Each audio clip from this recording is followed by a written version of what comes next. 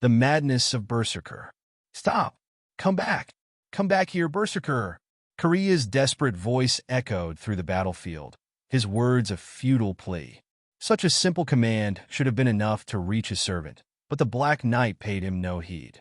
Instead, Berserker's unchecked enthusiasm drained Kirei's prana at an alarming rate, igniting the worm crests within his body. Waves of searing pain coursed through him. "Berserker!" Kirei screamed, his voice raw and ragged. Draco took the opportunity to approach Mordred, who was watching the chaotic scene with barely concealed excitement. "We're leaving," Draco said, his tone calm and composed. "What? But the fight's not over yet," Mordred protested, her gaze flickering back to the battlefield. "We have no reason to stay," Draco replied, already turning away. "Besides, I'm hungry, and we don't want to keep Sakura waiting." Hearing Draco's reasoning, Mordred hesitated. One last look at Artoria convinced her to follow. If Draco was willing to leave, it meant he was confident they'd encounter the other servants again. Trusting him, Mordred fell in a step behind her master. The remaining participants were too preoccupied with Berserker's rampage to notice their departure. Berserker's wrath. Kirei's agonized cries filled the air as the Black Knight lashed out like a feral beast. His prana, tainted with rage and hatred, surged through his body and into the iron pole in his hands. Saber stood firm, her blade hidden beneath the shimmering veil of invisible air. She adjusted her stance, preparing to block the frenzied attack. Berserker's improvised weapon, a mere piece of iron scrap, should have been no match for the holiest of holy swords. Yet, as he gripped it with his black gauntlets, ominous dark lines spread across the metal, transforming it. Saber's eyes widened. What? The ordinary iron pole was being infused with Berserker's corrupted prana, warping it into a mockery of a noble phantasm. From the sidelines, Ryder watched with a mix of admiration and caution. "So that's it," he murmured. "Blackie can turn anything he touches into his noble phantasm." This ability, Berserker's unique noble phantasm, allowed him to claim and weaponize anything he grasped, even the treasure's archer had hurled at him earlier. It was a terrifying skill with seemingly no limits. Kiritsuga's calculations. From his distant vantage point, Amiya Kiritsugu observed the escalating battle through his night vision scope. He noted Saber's struggle against Berserker's relentless attacks, but found himself unable to interfere directly. "Mia, can you spot Berserker's master?" Kiritsugu asked, his voice tense. "No, I can't see him," Mia replied over the comms. Kiritsugu scowled. Berserker's master was either well hidden or had positioned himself strategically to avoid detection. The latter seemed likely, given the man's apparent caution. "The situation doesn't look good," Kiritsugu muttered. Saber was locked in combat. Ryder stood nearby, and Berserker continued his rampage. A calculated move from Ryder could take down both Saber and Berserker in one fell swoop. Yet, Kiritsugu remained powerless to act, his rifle aimed futilely at an assassin perched on a nearby crane. Draco's plan. As the chaos unfolded, Draco and Mordred moved purposefully through the darkened streets of Fuyuki, heading toward a specific location. "That's..." Mordred's eyes widened as they approached a crumpled figure on the ground. "Yes," Draco confirmed. "Kirei Matu, Berserker's master." Kirei knelt on the pavement, his body trembling as he clawed at the ground. His hands were bloodied, his face contorted in agony. "What are we going to do?" Mordred asked, her voice curious but wary. "We're going to heal him," Draco replied simply. Mordred watched in awe as golden scales shimmered across Draco's arm, transforming it into a draconic limb. He knelt beside Kirei and placed the golden claw over the man's broken body. A warm glow enveloped him as Draco's healing skill restored his strength, if only temporarily. Kirei gasped, his vision clearing as the pain subsided. He stared at Draco, fear creeping into his eyes as he recognized the young man from earlier battles. Who are you? What do you want?" Kirei stammered, his voice shaking. Draco didn't answer immediately. His golden arm darkened, turning black as midnight. Shadows writhed around it, forming the shape of a claw. Before Kirei could react, Draco's clawed hand wrapped around his neck, lifting him slightly off the ground. "Use a command seal," Draco ordered, his voice cold and unyielding. "Order Berserker to stand down." Kirei's fear overwhelmed him, and he nodded frantically. "Why, yes, I'll do it." As Kirei raised his trembling hand to invoke a command seal, Draco added with a small smile, "By the way, I'm taking good care of Sakura." Kirei's eyes widened in shock, but he couldn't muster a response. The command seal flared to life, and moments later, Berserker vanished from the battlefield. The battlefield stirs. Back at the battlefield, Berserker's abrupt disappearance left everyone stunned. "Where?" Saber whispered, her sword still raised. Even Ryder, who had been analyzing the fight with keen interest, was momentarily speechless. The Black Knight's oppressive presence was gone, as if it had never been there at all. High above, Kiritsugu lowered his rifle, his expression a mixture of relief and suspicion. A parting glance, Draco released Kirei, who collapsed to the ground, gasping for air. "You'll survive," Draco said, his tone indifferent. "For now." Turning to Mordred, he gestured for her to follow. "Let's go. We have other plans tonight." Mordred cast one last glance at Kirei before falling in step with her master. "That was efficient," Mordred remarked, a hint of admiration in her voice. Draco smirked. "We don't need to fight every battle ourselves. Sometimes the right pressure in the right place is all it takes to win." As they disappeared into the night, the battlefield grew eerily quiet, with only the faint echoes of waves crashing against the shore. A hero's farewell. Then, King of Knights, we shall part ways for now. The next time we meet, I'll unleash every drop of my boiling blood to fight you. Little Master, do you have any orders to add? Ryder's deep voice carried across the battlefield, but the boy lying unconscious at his feet did not respond. Ryder sighed, picking up his small master by the collar of his jacket and giving him a light shake. The young man's head lolled to the side, his eyes rolled back, completely insensible. "This boy needs to learn resilience," Ryder muttered, exasperated. Gently, he cradled his master in his arms and adjusted the reins of his divine bulls. With a thunderous bray and sparks of lightning crackling beneath their hooves, the chariot soared into the night sky. "Farewell!" The storm of their departure roared across the battlefield as Ryder's chariot disappeared into the southern horizon, leaving behind only echoes of thunder. Aftermath of chaos. Irisviel exhaled shakily, finally releasing the breath she hadn't realized she was holding. Her gaze swept across the battlefield, now a scene of utter devastation. Shattered buildings, scorched earth, and deep craters bore witness to the clash of 5 servants, their unrestrained, noble phantasms wreaking havoc. This level of destruction. Has any holy grail war ever begun with such intensity? She murmured. She wasn't concerned about the secrecy of the war. The church's overseer would take care of that, deploying resources to repair the damage and erase any trace of supernatural involvement. Yet the scale of destruction was staggering, a battlefield torn apart as if by an earthquake. Amid the ruins, Saber stood silently, her slender frame outlined against the moonlit sky. Despite the chaos of the battle, she showed no weariness, her calm demeanor as unyielding as her armor. She gazed after Ryder's chariot, her green eyes filled with an emotion Irisviel couldn't quite place. "Thank you, Saber," Irisviel said softly, bowing her head. "You saved my life tonight." Saber turned to her, offering a gentle smile. "I fight on the front line so you can stand safely behind me, Irisviel." Irisviel felt a pang of admiration and guilt. Saber, so much younger in appearance, bore the strength, courage, and gentleness of a true knight. Her delicate figure and fine wrists seemed almost too fragile for the burden of battle, yet she carried herself with unshakable resolve.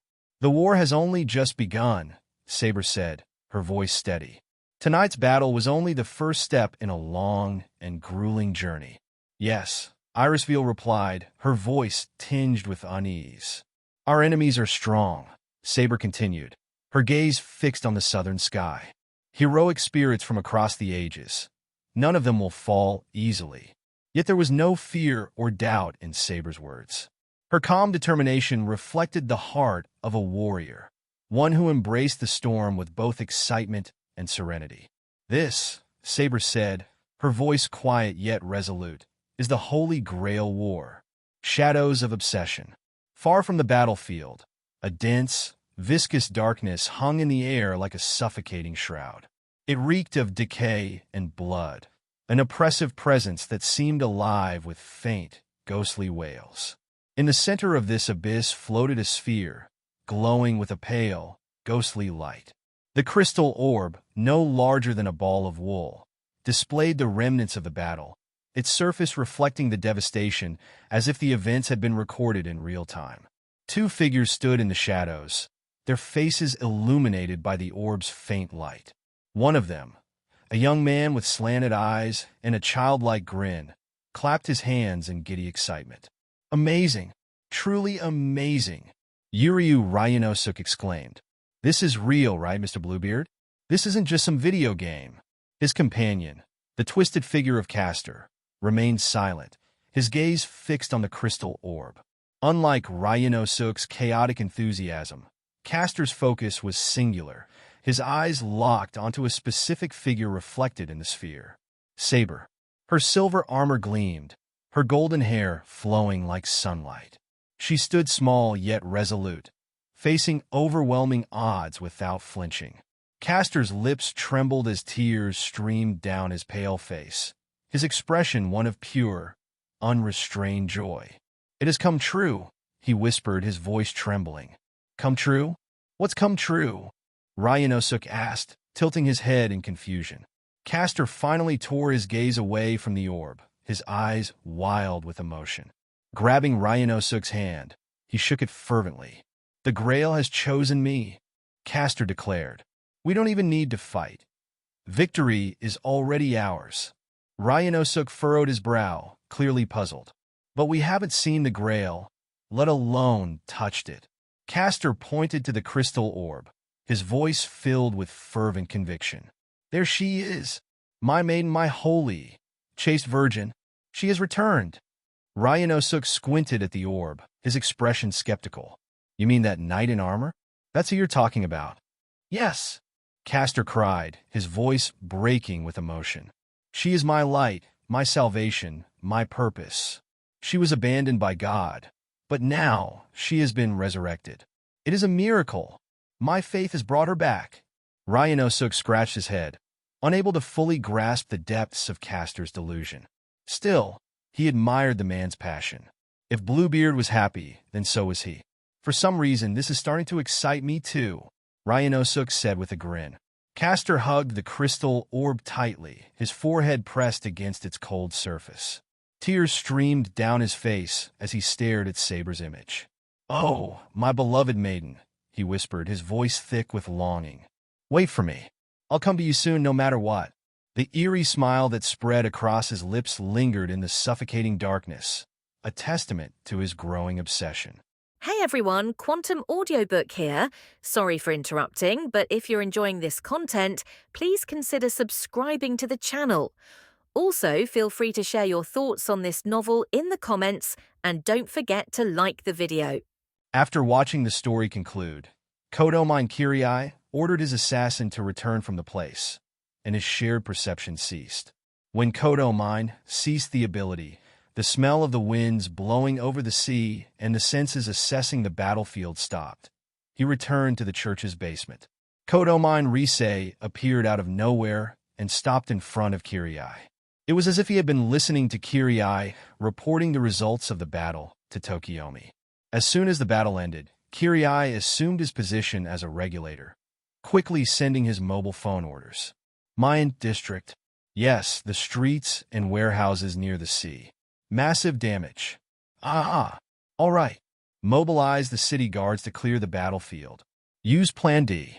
I'll rely on you with terrain assessments." They had previously made arrangements with the police and local government. Perhaps tomorrow morning's paper would carry a wholly twisted and whitewashed report of the warehouse's tragic scene. As he watched his father with one end of his eyes, Kirei began analyzing the people who appeared in tonight's battle. The elite magus of the clock tower, Untimely, had lost the relic of Alexander that he once possessed. Tokiomi's spy had once reported this as well. Alexander entered the Grail War as a rider-class servant. But there is no doubt that Lancer's master is Untimely. After Alexander's relic was stolen by a young man named Waver, he must have obtained the heroic spirit Diarmuid's relic. However, Untimely was now out of the equation. His servant had already been defeated by an unforeseen variable. Draco, or so he had introduced himself to Gilgamesh, was the boy who had single-handedly killed Lancer. Apparently, he was something like an 8th master, and beside him was a servant who seemed to be of Saber class. Not knowing Draco's servant strength, Kirei and Tokiomi had to be careful when dealing with them, especially since it seemed that Gate of Babylon was useless against Draco. When Matu summoned Berserker, Zoken had reported the event to his father. At the time, neither Kirei nor Tokiomi paid much attention to it. However, they had not anticipated Servant Berserker's immense powers or his exceptional technique of utilizing an opponent's noble phantasm. He was a natural enemy for Tokiomi's Gilgamesh. For the battle to be tilted to Tokiomi's side, the other servants must first defeat Berserker. This task would be best accomplished by Lancer, but he was now dead. Draco appeared as a candidate to be able to defeat Berserker, along with Saber and Rider. Caster and his master are still an enigma since they haven't appeared yet. But considering the Caster class, it was no surprise. Outside of Berserker, all the other servants have already exposed their true names. Gilgamesh exposed his noble phantasms with great fanfare and put himself at a disadvantage, even though he did not expose his true name. Also, no one noticed the fact that Assassin was still alive. Thus, judging the current situation, Tokiomi still possessed the greatest advantage. Kirei calculated calmly as he arranged, but there was not a single piece of excitement in his heart. According to the wishes of the church, Tosaka Tokiomi must obtain the ultimate victory. Kirei's mission is to help Tokiomi accomplish this goal. He does not see many obstacles in front of that. It was a mission without any real anticipation. It was also the conclusion of everything that had happened over the past 3 years. Master Kirei tensed. A shadow silently arrived beside him. Someone, a woman wearing a skull mask and wrapped completely in black. It was the assassin who was responsible for the reconnaissance near the warehouse street. "What's going on?" "Reporting. I've located something strange outside the church." Assassin respectfully presented him with the corpse of a bat. Though the head was twisted and broken, it was slightly warm, suggesting it had not been dead long. "A familiar?" "Yes. Although it was outside the camp, it was obviously placed there to monitor the church." Assassin's conclusions were unthinkable. The church is neutral in the Grail War and must not be challenged. Suppose anyone dares to interfere in the affairs of the church. In that case, the regulator may choose to punish them by lowering their command seals or temporarily suspending their ability to fight. There is no reason to risk so much to monitor the church. Unless the story that Kirei had lost Assassin and is now under the protection of the church. Is there already a master doubting the veracity of that event? He took the bat corpse from Assassin's hand. Kirei fixed his gaze on the strange object when he noticed that small electronic parts were engraved in the bat's stomach. A battery the size of a button and, apparently, a miniature wireless CCD camera. If the bat was the familiar of a magus, this was a strange combination. Kirei knew that most magi disdained and ignored world technologies. Just as teacher, Tokiomi fit into that grouping. This magus, on the other hand, not only uses magical vision, but also uses machines to record everything. This is not something a normal magician would even consider. Complete indiscrimination in his methods. Completely foreign to the pride of a mage. Like a bolt of lightning, Tokiomi's words flashed in Kotomine Kirei's mind as he recalled his mentor's words. Kirei cannot deduce which magus did this, or why he has done this. He fixed his gaze on the small animal for a long time. In his heart, the answer to this riddle was more meaningful than the battle between servants tonight. On a night as silent as this, a silver beast flew by. Mercedes-Benz 300 SL Coupe. The waving, sleek, and aerodynamic body with a scent of antiquity looked like a noble lady, while the roar of the straight, 6 SHC engine was like that of a wild beast. And behind the handlebars of the classic sedan, boldly cruising at over 100 kilometers per hour, unexpectedly, with the slender wrists of a young lady. Hey, this is going fast, isn't it? Irisviel said, who held the steering wheel and whose face was full of contented smiles. Sitting in the passenger seat, Saber's face was full of nervousness, and she barely managed a stiff smile and nod. See, certainly, you unexpectedly drive rather, very skillfully, right? I had special training, though it may not seem like it. That said, and based on the unfamiliar way of handling the gears, she was far from being a verse driver. Among all the toys Kirei brought to the Einsburn castle, this is my favorite. I always did nothing but drive around the castle grounds, and today is the first time I'm driving in such a wide place. It's wonderful. A toy, huh? There would be no objection to calling something like a skateboard or a bicycle a toy. But for a machine with a speed of over 100 kilometers per hour on a winding road, it's a confusion of sorts. People would never call things that can endanger their lives after the slightest mistakes in ordinary situations a toy. Apparently, Amiya Kirei had specially prepared this car at the Einsburn castle long before.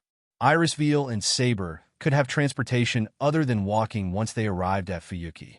For more than half a month, this car was parked in the hotel's underground car park. Now, they were driving this precious car to the Einsburn castle residence.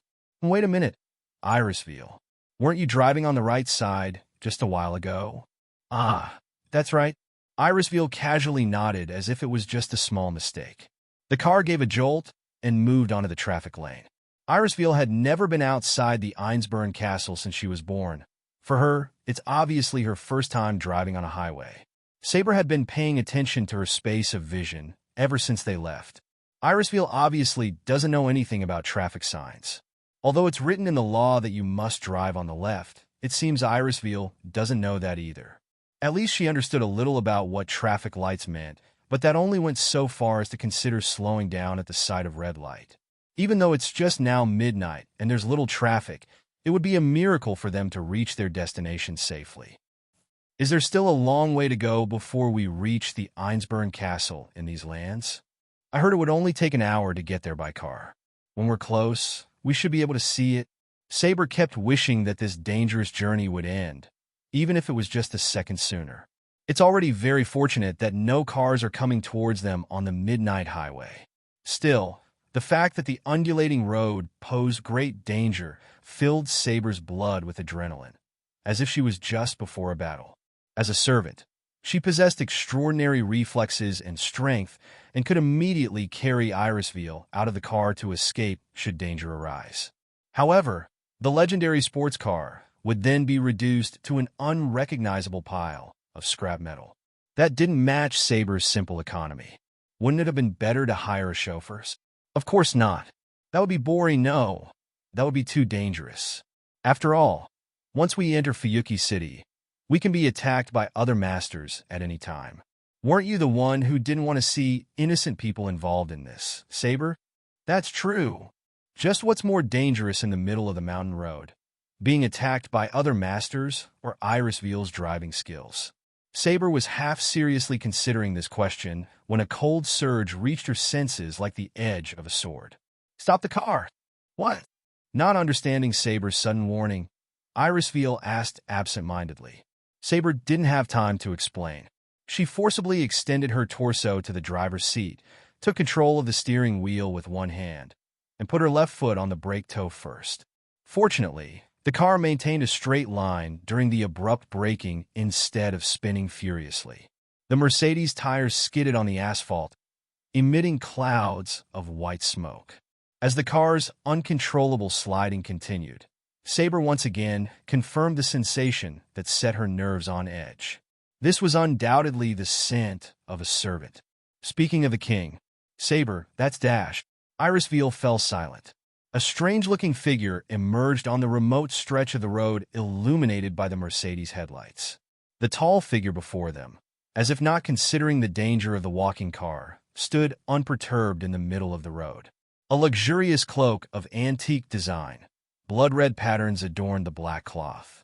Those abnormally large eyes were reminiscent of nocturnal animals. Even ignoring these bizarre features, no ordinary traveler would appear in a place like this at this hour. The car's momentum was overcome by the wheel's friction, and the Mercedes finally came to a halt. There were only 10 meters between the car and the figure in front of it. Saber. Saber quickly analyzed the situation and then said to Irisviel, "Get out of the car as soon as I do. But don't go far. If the opponent is a servant, a car with its iron structure would be as fragile as a single cardboard box. If they were to stay in the car, they would be defenseless. After all, it's better to move to a better defensive position." Saber opened the gull-wing door and set her feet into the frigid night. Mixed with the smell of trees rustling in the night wind was the pungent stench of burning tires. The figure in front of his eyes was different from those he had seen before. If it is a servant she has not yet encountered, it must be Caster, or perhaps Assassin, was what Saber thought. Although Saber and Irisviel, who did not know about the ruse carried out at the Tasaka residence the other night, could not eliminate the possibility of Assassin. This servant, who neither escaped nor fled, but stood proudly in front of them, did not seem to be Assassin. By elimination, there was only one conclusion: the figure in front of them is Caster. However, is the expression on his face really the expression of a warrior about to start a battle? The confused King of Knights examined the opponent's countenance again. He was smiling, which in itself was understandable. For a warrior to be wrapped in joy as he faced his determined place of death was not uncommon. But that was not Caster's expression. It was as if they were long-separated brothers finally reunited, a face glowing so purely with delight that it was almost annoying. Before the bewildered Saber could challenge him, Caster betrayed her expectations and acted. Caster arched his head respectfully, knelt on the asphalt road like a courtier presenting himself before the king. "I've been waiting, Your Majesty the Holy Maiden." Huh? Saber was losing track of the situation even more and more. Though she was once a king and accepted the genuflection of countless lords and heroes, she had no memory of this man in front of her eyes. This man was not one of her former subjects in Camelot. First of all, the title of Holy Maiden is bizarre.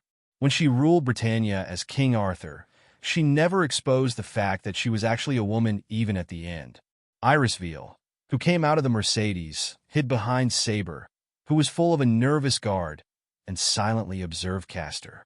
"Saber, do you know this person?" "No, I have no impression of him." As if he had heard Saber and Irisviel's murmurs, Caster raised his head and said, Oh, how can you say that? Don't you remember me?" In consequence of his even more exaggerated words, Saber was stunned. "Whatever you say, this is the first time I've seen you. I don't know where you might have gone wrong, but perhaps you came to the wrong person?" Oh. Caster started sobbing as if he was very sad, and his hands were clawing at his hair. His completely happy expression, until now completely changed. His strange, oily complexion was shivering from dismay and dejection like a caricature. Based on this alone, one can see that this is a dangerous man whose emotions change on a whim. "It is I. I am your ever most loyal servant Gillis de Rice.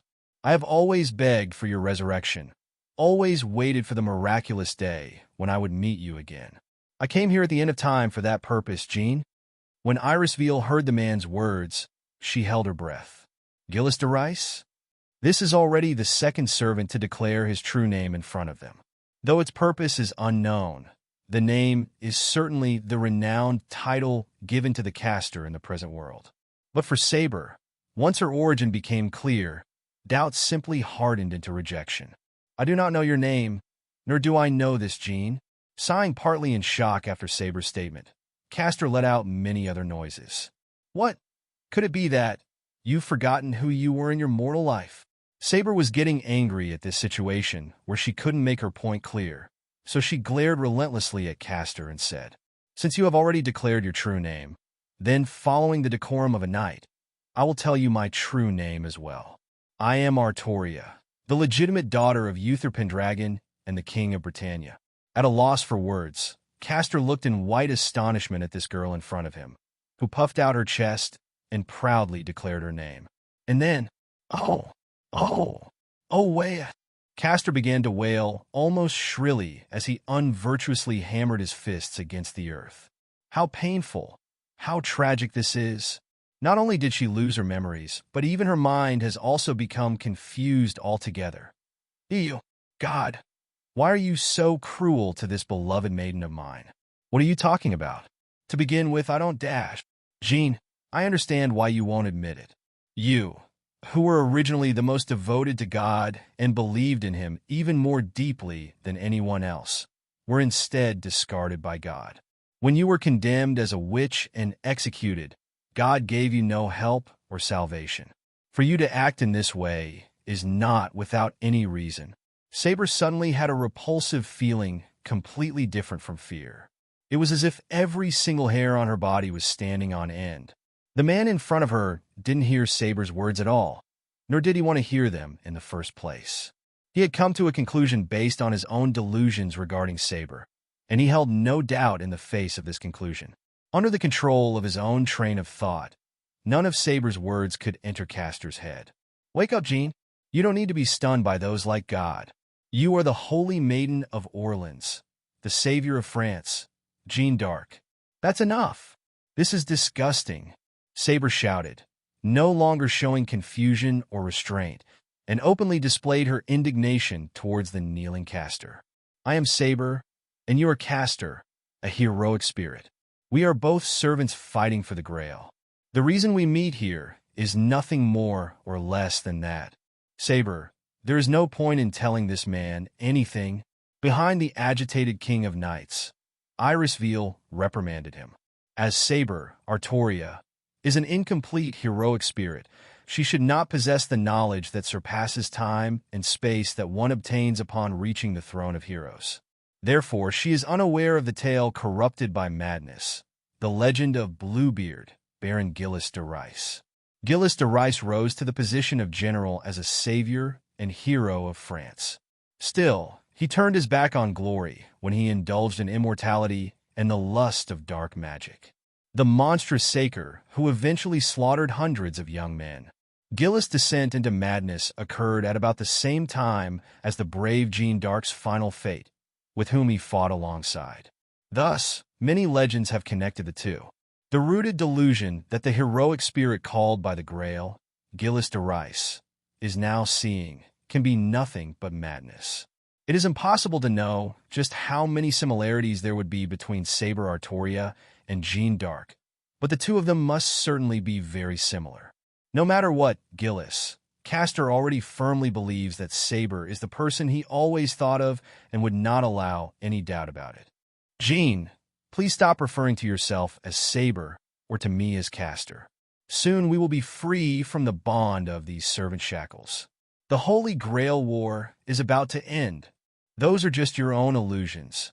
This time it was Irisviel who replied instead of Saber, who was already too furious to speak. Hey, General de Rice, since you said the war is already over, what about the Grail? It's so obvious. The omnipotent Grail, the wish-granting machine, is already in my hands. Caster, full of satisfied smiles, said proudly. My only wish was for the holy maiden Jeanne d'Arc to be resurrected, and now that wish has come true. Without even the need to compete with anyone, my wish has already come true. The Grail has already chosen me, Gilles, without even fighting at all. Ding!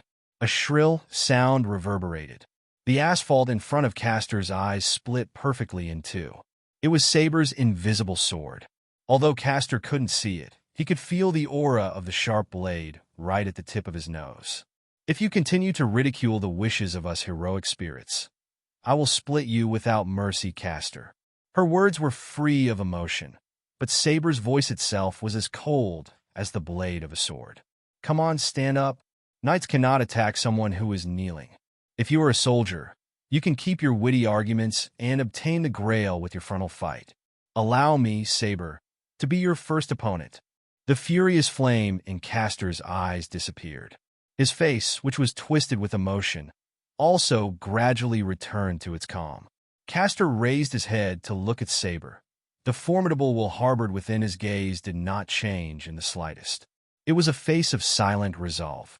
He had merely changed his determination into an even firmer belief. It seems words will not suffice. Is your heart still sealed, Jean? Caster's somber voice no longer held the lamentation of just before. Then I am very sorry. It seems it's necessary to force therapy on you. Whatever it is, I will definitely have all preparations ready for next time. The long black cloak abruptly floated backward, creating a great distance between him and Saber. Caster, standing up again, was almost a different person from the one kneeling on the ground sobbing just a moment ago. A great air of majestic command that seemed capable of staining the entire earth red with blood emanated from his person. Not only heroic spirits, but even tyrants would feel the oppressive tension of that fear. The man in front of her is certainly not an easy enemy. Saber, who stood in front of Caster, undoubtedly understood this from her instincts. I swear to you, Jean, the next time we meet, I will definitely save your soul from God's curse. Save your words. Leave if you don't possess the will to face a sword. At Saber's cold reply, Caster silently removed his material form and disappeared into the night. Letting out a long sigh, Saber also suppressed her fighting tension. Irisviel collapsed on the bumper of the Mercedes, exhausted. Confronting such an absurd opponent, it was rather exhausting, right? Anyway, I'm going to slice him up before he opens his mouth next time. I'm going to puke if someone like him stays another minute. Although Caster had already disappeared, Saber still said that indignantly. Unknown to Irisviel, Saber, or even Caster, who first retreated, the entire process of this timely encounter between them had been under the surveillance of pursuers. In the dense forest connected to the state highway, the pursuers wearing the ghostly skull masks cloaked themselves in the tops of the trees, swallowed by the darkness, and assessed everything that had just occurred with a watchful eye. Not only did they melt into shadows, the pursuers who cut off all their traces to evade Saber's senses seemed to be shadows themselves. No one else can accomplish this apart from Assassin. It seems that Assassin, according to the command of the Kotomine Kirei, followed Saber and Irisviel from the warehouses to here. Assassin, who was initially only ordered to mark Irisviel, the master of Einsburn, obtained an unexpected prize. The last servant who did not show himself in the combat in the warehouse districts, Caster, was finally discovered by Assassin. Although the scent of Caster, who departed in spiritual form, disappeared quickly, Assassin's keen spiritual senses could still detect it. Right now is the best opportunity to pursue him. Of course, that's not a task for you. Suddenly a voice sounded behind Assassin. A vague outline emerged diffusely from the shadowy forest. It was, unexpectedly, another skull mask. The second assassin differed from the previous one only in the shape of the body, while the mask and the black cloak they wore were identical. At the same time, both differed from the assassin doing the reconnaissance in the warehouse district in build and body shape. Although they are servants of the same class, they are clearly and unmistakably different individuals. How about I put you in charge? Yes. You just follow behind Saber and her master. By the way, did Master Kirei see the situation here? No, Master Kirei did not share his perception with me. The assassin who was initially following Irisviel shook his head. It seems it was another assassin doing reconnaissance in the warehouse district at that moment. The second assassin smacked his lips when he heard her reply. Just to be on the safe side, we should still report to Master Kirei about the things that happen here. Entrust that to me. A third voice followed. No longer anything to be surprised about, another white skull mask appeared in the darkness. This time, it was a boyish-looking assassin with a high-pitched voice and short stature. Perhaps no one knows just how many assassins are gathered here. The monstrous sound of the Mercedes engine resounded once again in the night sky and roared off on the state highway. Perhaps Irisviel and Saber will quickly be on their way again. At the same time, the three shadows nodded to each other and also disappeared like a whirlwind into the vast night. In the darkness as thick as blood, only a lone candle flickered. The dim light reflected off the handsome face of Yuryu Ryanosuk. Scarlet blood completely stained those fingers too delicate for a man. In front of the man, who sat beside a long table, sat 3 raw flesh runs that reflected a bright red. They were intestines. There were intestines on the long table. Ryanosuk looked resolutely at the intestines in front of him and then picked up a tuning fork with his left hand and tapped it on the table. Ding! The tuning fork emitted a clear sound. Before the tuning fork's sound disappeared completely, he quickly tapped everywhere on the intestines with his right hand. At that moment, HAA, an anguish sound suddenly came out from the darkness. Ryanosuk listened carefully to the sound emitted and nodded satisfactorily after comparing it with the rest of the tuning fork's echo. All right, so here's me, Doc. As soon as he spoke, he marked a spot on the intestines with a pin. Many similar notes had already been made on the intestines quivering incessantly. The intestines seemed to be alive. More correctly, it seemed that the owner of the intestines was still alive. On the crucifix at the top of the long table was tied a girl who was sobbing incessantly with pain. There was a horizontal cut made on her abdomen. The contents removed were being caressed in Ryanosuk's hands. Even Bluebeard praised Ryanosuk for his idea of making a pipe organ out of a living human to make wailing music. Bluebeard put some healing and rejuvenation spells on her body to make the girl chosen as the material not die from massive blood loss or infections. He especially made some adjustments to prevent the pain from clouding her brain. Ryanosuk had always been frustrated with the fact that the human body would cease its vital activities as soon as it encountered slightly extreme stimulation. But now, with the help of thaumaturgy, all these previous obstacles were easily solved. Now, Ryanosuk can flap his wings of perception freely, improvising at will. All right, now once more, do re mi dash. Ryanosuk hummed as he pressed the gut organ. But the sound of agony that accompanied his movements was far out of harmony with his own intonation. The blood-smeared tuner furrowed his eyebrows, tilted his head, and once again pressed on the place he just tuned with the tuning fork. However, the sound made by the girl on the crucifix was completely different from the marked note. Upon careful reflection, he figured that even if the stimulation occurs in the same place, it does not guarantee that the groan made is the same.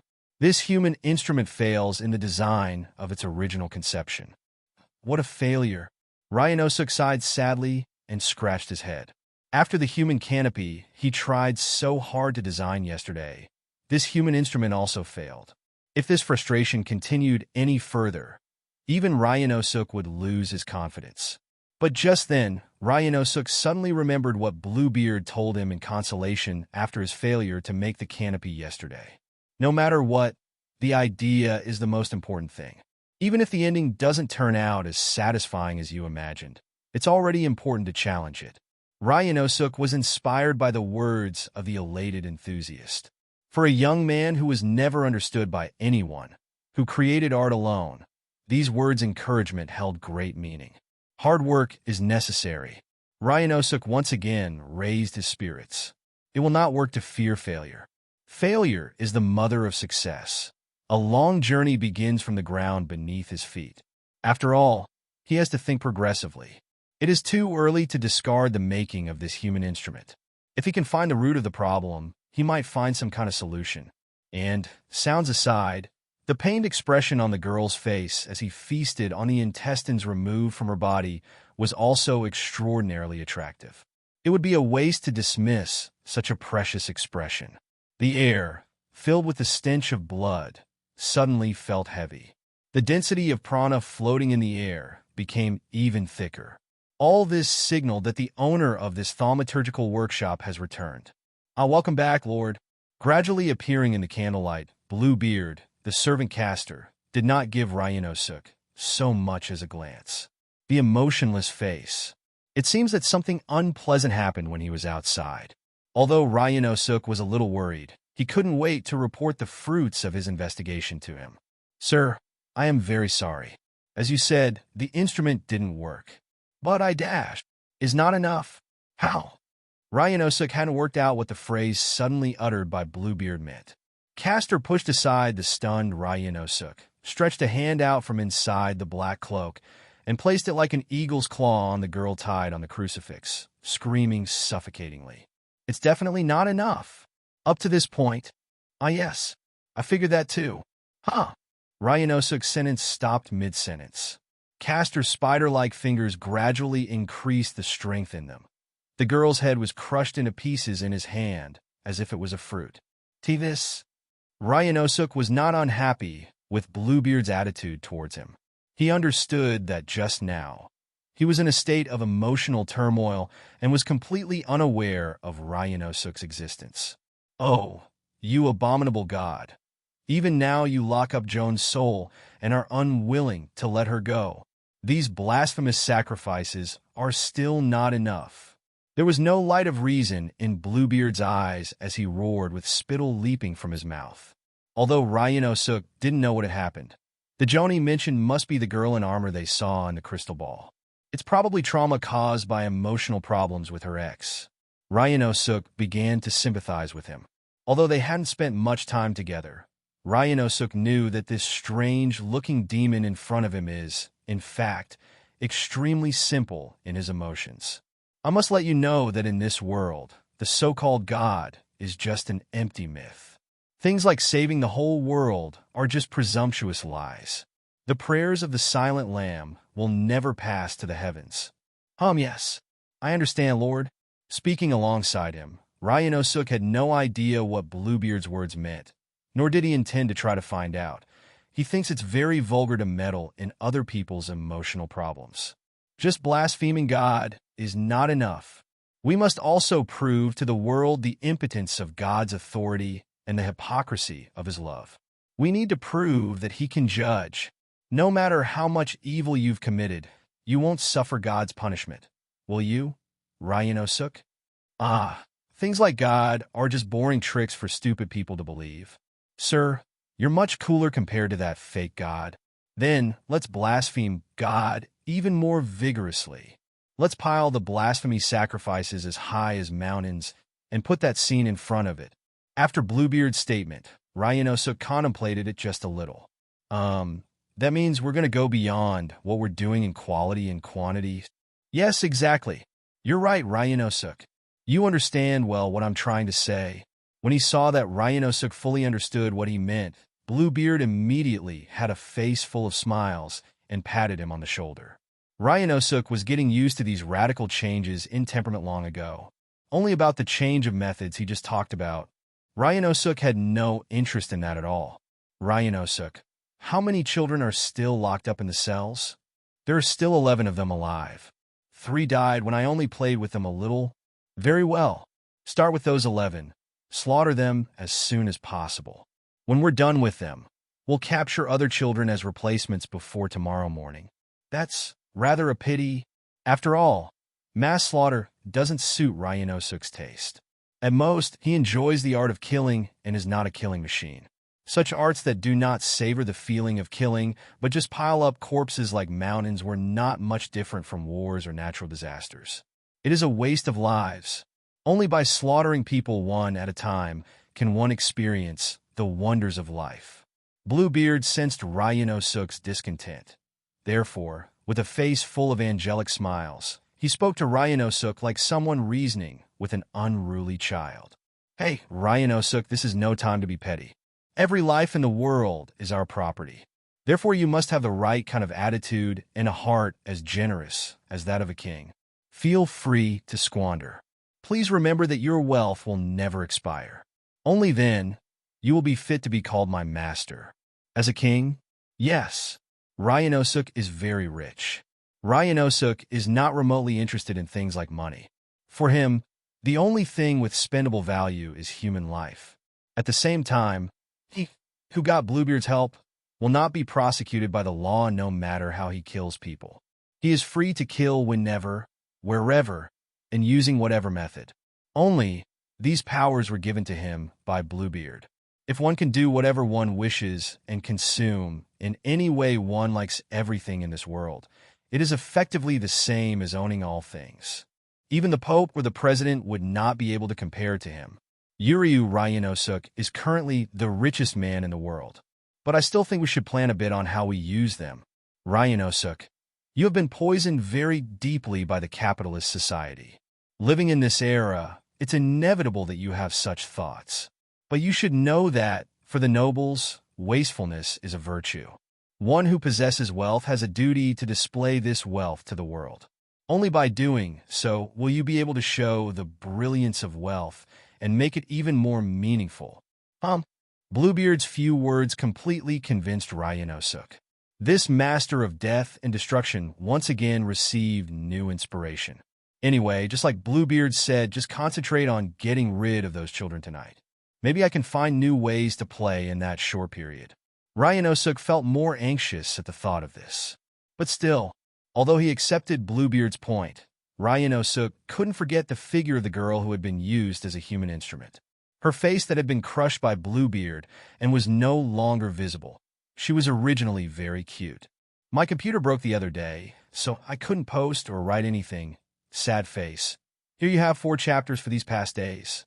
After the battle against Lancer and the encounter with the rest of the servants, Draco and Mordred had returned home for dinner. Sakura, Kuroka, and Zoe had been waiting for them. Sakura greeted them with a happy smile upon seeing them arrive. Mordred and Draco had put away their armor before arriving home, having no idea of the dangerous battle they had been involved in. Kuroka and Zoe were a little worried. They knew Draco was alive, as they too would have died if the dragon had lost his life in the battle, but they did not know what his condition was. It was worth remembering that the last time Draco fought against someone of his level, he ended up in a very bad state, and Zoe practically died. After putting Sakura to sleep, Draco talked a bit with Zoe before leaving the house once again. Apparently, she was a bit bored, so Draco had sent her out hunting. Putting together his knowledge of the Fate/Zero world with the trace of magic he could sense due to his keen senses, Draco went down a drain. What he found was a lair of non-humans. With countless tentacles, hentai vibes, the innumerable aquatic monsters dwelled there clustered together in the narrow tunnel, waiting to strangle any pitiful wanderer to death. Naturally, even if he was watching such an unpleasant scene, for Draco, this was nothing. With Agni Gondiva in hand, Draco makes his way easily. The bodily fluids and chunks of flesh of the monsters charred by the fire arrow's power thickly filled the interior of the tunnel like mist.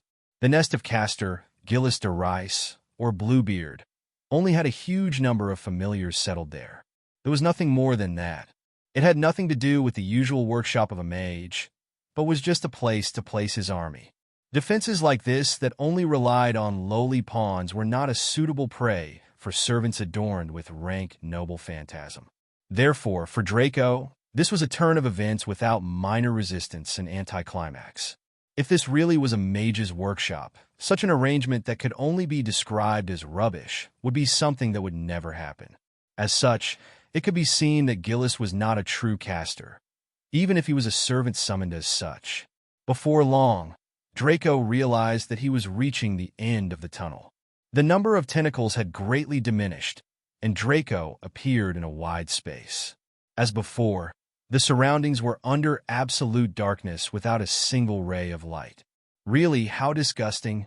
Those were the words that involuntarily escaped Draco's mouth after seeing the scene in front of him. Even knowing what he was going to see coming to this place, this was hard to accumulate even for Draco. As an illustration, that place was like a variety shop. There was furniture. There were clothes, musical instruments, cutlery, various items whose uses he didn't understand at all. They were probably just paintings or works of art. You could sense the enthusiasm of the creator devoting himself entirely to diligently designing them, and his debauched sense of humor. Unmistakably, the craftsmen who made these incessantly loved their raw materials, like the manufacturing process. They understood that there was someone who violently discovered pleasures. That must be the person who committed these murders. But the things in this blood-stained space were not corpses. There was not a single destroyed remains here. Everything was a new creation, an art. Their lives as human beings, their carcasses as human beings, were completely discarded without further meaning in the process of art. That was the whole of the massacre in this place. This scene could mentally overcome the mind of any human. Even magi like Tokiomi or Kiritsugu could not bear this scene at all. And the authors of these works of art were in front of Draco. Uryu Ryanosuk and his servant, Gillis de Rice. Gillis de Rice. Race, heroic spirit/servant. LV, 50 out of 100. Strength, 3,720. Defense, 1860. Magic, 5,580. Agility, 3,720. Easy prey. Draco couldn't help but mutter as he took a look at Caster's stats. Of course, maybe it wasn't going to be that simple. After all, Caster-class servants didn't rely on their stats in the first place, but on their magic and noble phantasm. In this case, Gillis' Noble Phantasm is a textbook. Prelatai's Spellbook. Textbook of the Sunken Spiral Castle is a demonic guidebook and summoning grimoire with a cover made of glistening and wet human skin. 0. It is also known as the Relia text in reference to H.P. Lovecraft's Cthulhu mythos. It was probably copied from the original book in the Sunken Spiral Castle, translated from the Relia language into Chinese during the Xia dynasty, and later translated into Italian by François Prelatai. Though an alternate telling of the grimoire's origin describes Prelatai sealing a link to the Sunken Spiral Castle into a blank Bible, turning it into a mystic code capable of summoning horrors. Furthermore, the previous original text was described in a language other than that of humanity's languages. The book contains records of a forbidden knowledge relating to an evil god of an ancient time sometime before humanity's origin. As the holder of the book, Caster can summon horrors. These creatures are the ones Draco had slain on his way here. Rather than simply functioning as a tome of spells and curses, the book itself is a monster that functions as a magical energy reactor core, possessing its own enormous magical energy furnaces completely independent of its wielder's magical energy. Who are you?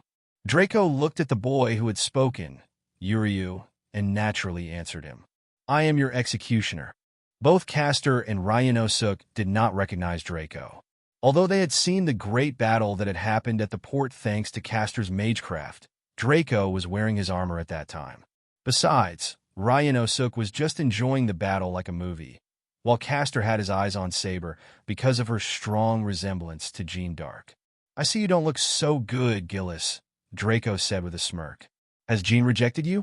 Caster's pale face darkened, which was a fantastic sight in Draco's eyes. Damn you. You must be one of those who have brainwashed my dear holy maiden. I curse you. Gillis' face distorted as he screamed, bringing his hands to his face and clawing at his cheeks. He really was mad. Since that's the way things are, I'll kill you first and then help Jeanne get back to normal. With his black cassock covered with the blood of the children who had recently been killed, Caster stood in the middle of the sea of blood with a chilling and terrifying smile. What do you think of this tragic scene, mortifying? You know, Draco wasn't willing to listen to a single word from Caster. He raised his bow and aimed in the direction of the servant's heart. An arrow appeared in position to be shot. Sensing the desire to kill in Draco's eyes, as well as the danger coming from his weapon, Caster stopped talking. He pulled one of his hands out of his cassock, revealing a strange book. Without any doubt, that was Caster's Noble Phantasm. Sensing danger, Draco hastily moved to the side. Where he stood before, a tentacle came out of the ground at high speed. Draco's face turned pale. Not so much because the tentacle could have killed him, but because of the direction the attack had taken. That was headed straight for his ass. At the same time, numerous tentacles came out of the ground, surrounding Draco. Those monsters are about the same size. They have no limbs or lower body, making them impossible to describe in words. There is a circular mouth at the end of each of those limitless tentacles. The mouths contained razor-like teeth like those of a shark. These were the horrors. You should have made better preparations before you confronted me. Caster laughed as if celebrating his victory. The book in his hand glowed, and Draco could feel the massive amounts of prana surging around the book, like its center, and expanding outward. Caster was certainly not relying on his stats. The danger Draco felt from that book, and Caster was not inferior to the one he felt from Lancer. This is a magic book my friend and ally left for me. I obtained the means to lead demon armies using this book. What do you think? Is it not that no other army can stand against my demon army? Draco just looked condescendingly at the tentacles that appeared and slowly surrounded him. He heard a strange noise coming from behind him. Draco turned and saw a horde of tentacles arrive on the scene. Without a doubt, these were the tentacles he had destroyed earlier. Many would have despaired of finding themselves in this situation. However, Draco knew the reality about these tentacles. Every time Draco killed a tentacle, it would be reborn within seconds. At the same time, Caster was going to keep creating new tentacles. In normal situations, Draco would have to wait for Caster's prana to run out. However, Caster did not use his prana to summon these monsters. He only used the seemingly infinite prana coming from the book. That book is a prana furnace with an incredible capacity, a monster that can use magic for its own power. Caster did not read the spells from the book's pages, but only freely manipulated that book that served as a source of prana. 100, 200, 500. Draco had lost count of how many tentacles surrounded him. However, he just looked at Caster calmly, who returned his calm gaze. They both flashed self-confidence. Both knew they were going to win against their opponent. Draco was not going to kill the tentacles one by one. That was stupid. They didn't even give experience. Draco aimed his bow towards the ceiling. His black arrow began to take on a silvery glow, the same glow that was taking over his entire body. It was a glow he had already seen on Zoe, Talia, and Bianca. A glow that was appearing for the first time on his body. Yes, because he was also part of the group called Hunters. And it was time to prove it, saying a prayer for his goddess and his annoying brother. With my bow and arrows, I respectfully ask for the divine protection of the sun, god Apollo, and the moon goddess Artemis. Draco shot the arrow, which immediately split in two. The power of these arrows was such that they easily pierced the roof of the place, getting lost in the night. I offer thee this calamity. Caster sensed the danger approaching him. His book opened, and the pages moved at high speed. Phoebus catastrophe. The ceiling disappeared. The dark night appeared and instantly vanished. Draco watched with a smile as the countless arrows descended upon him and his surroundings, annihilating everything around him. This was Draco's power as a hunter of Artemis. The Phoebus catastrophe that Draco had just used had nothing to do with the one he used when Aquino's house was attacked so many years ago. Sigh, such a nostalgic feeling. 4 years ago in DxD, 5 for Draco and Kuroka now that they are in the Naceverse. Draco used the first noble phantasm he had obtained from the gacha. Back then, the noble phantasm was barely enough to kill a 6-winged fallen angel, a tier 3. Back then, Draco was just a Nephilim dragon. Adding all his stats together was barely over 4 digits. The same could be said for the experience he had gained from killing that fallen angel. Compared to the 190,000 he had gained from killing Darmuid, the amount the fallen angel had given him now seemed ridiculous. But Draco knew how important that amount of experience had been at that moment. It was thanks to those enemies, now nothing more than ants, that Draco had managed to get to where he was now.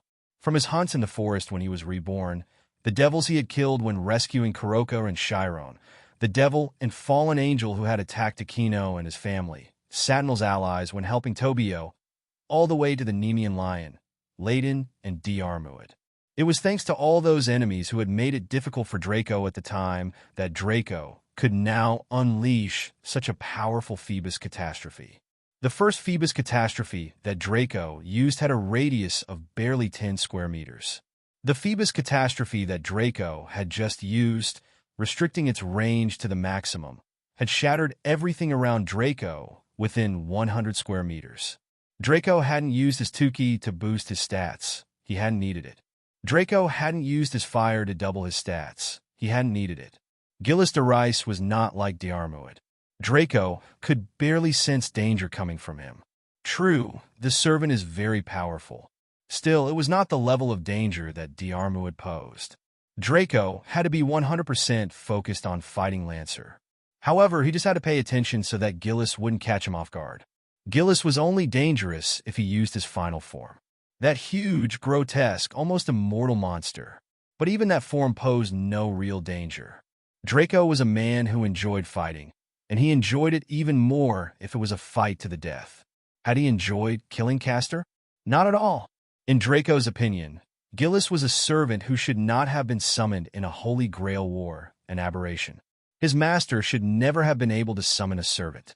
He was an ordinary person, with a somewhat twisted mind, with no magical knowledge at all.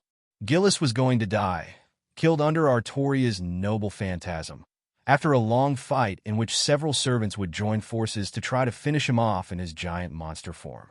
Draco had simply gone ahead to take the experience undisturbed.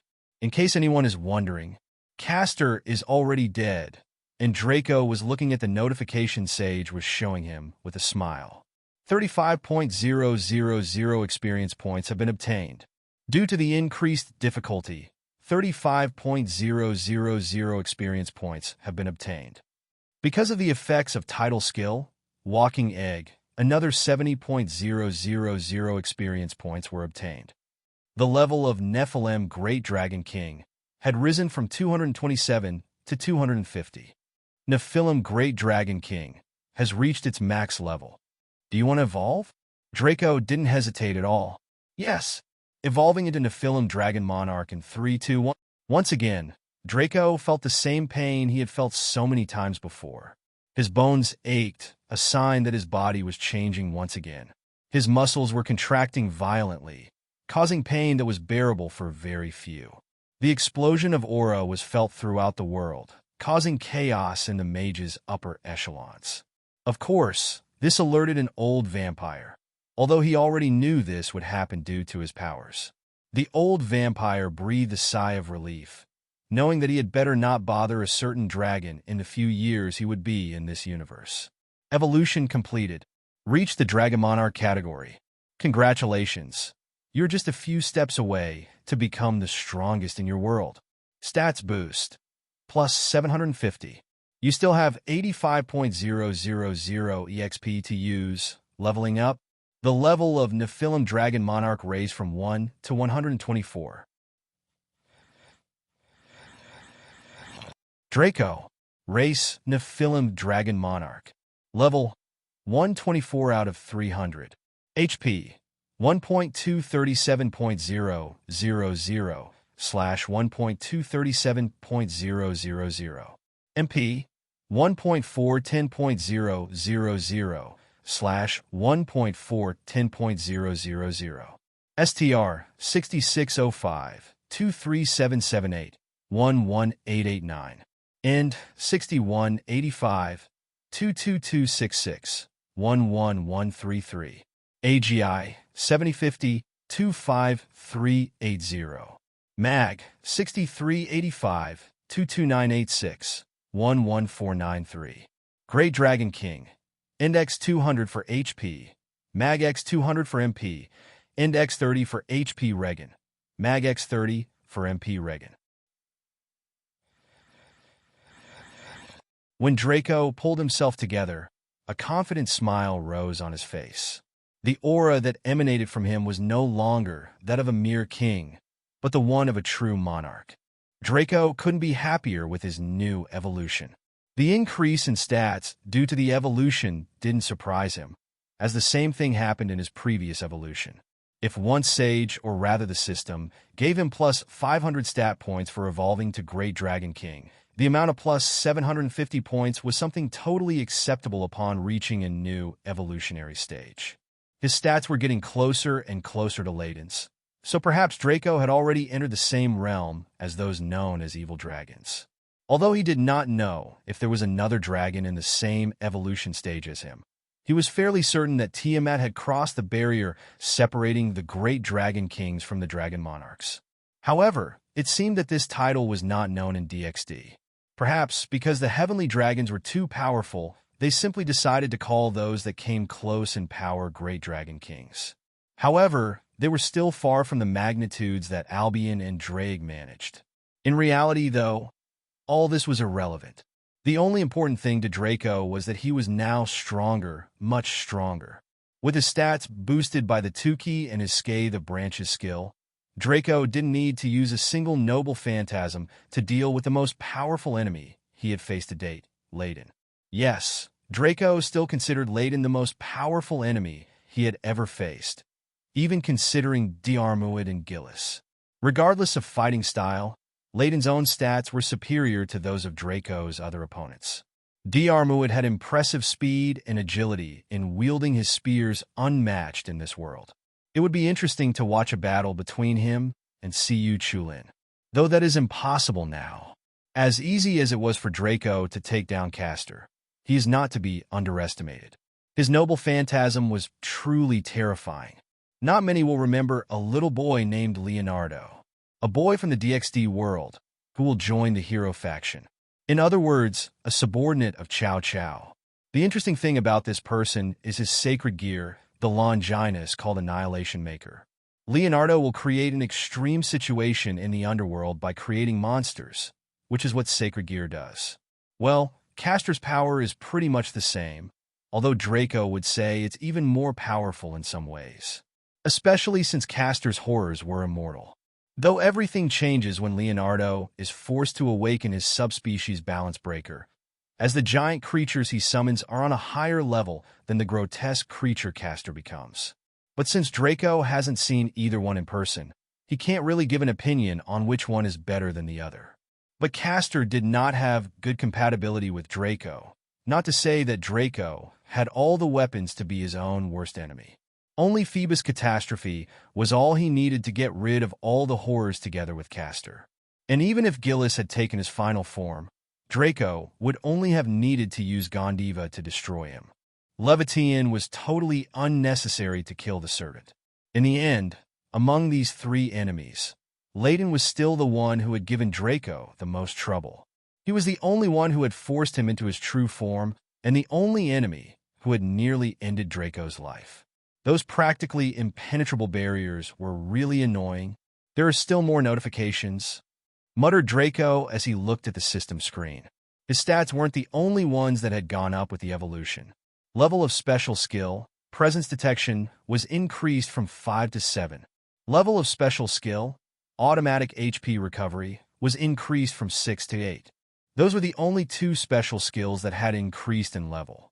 Actually, they were the only ones that were still level graded within that category. Draco could now increase the range at which he could sense other people's aura thanks to the presence detection level increases. Simultaneously, the HP he regenerates when he loses life is no longer raised by 60%, but by 80%. Level of normal skill Breath of Abyss was increased from 1 to 3. Level of normal skill Dark Fawn was increased from 7 to 9.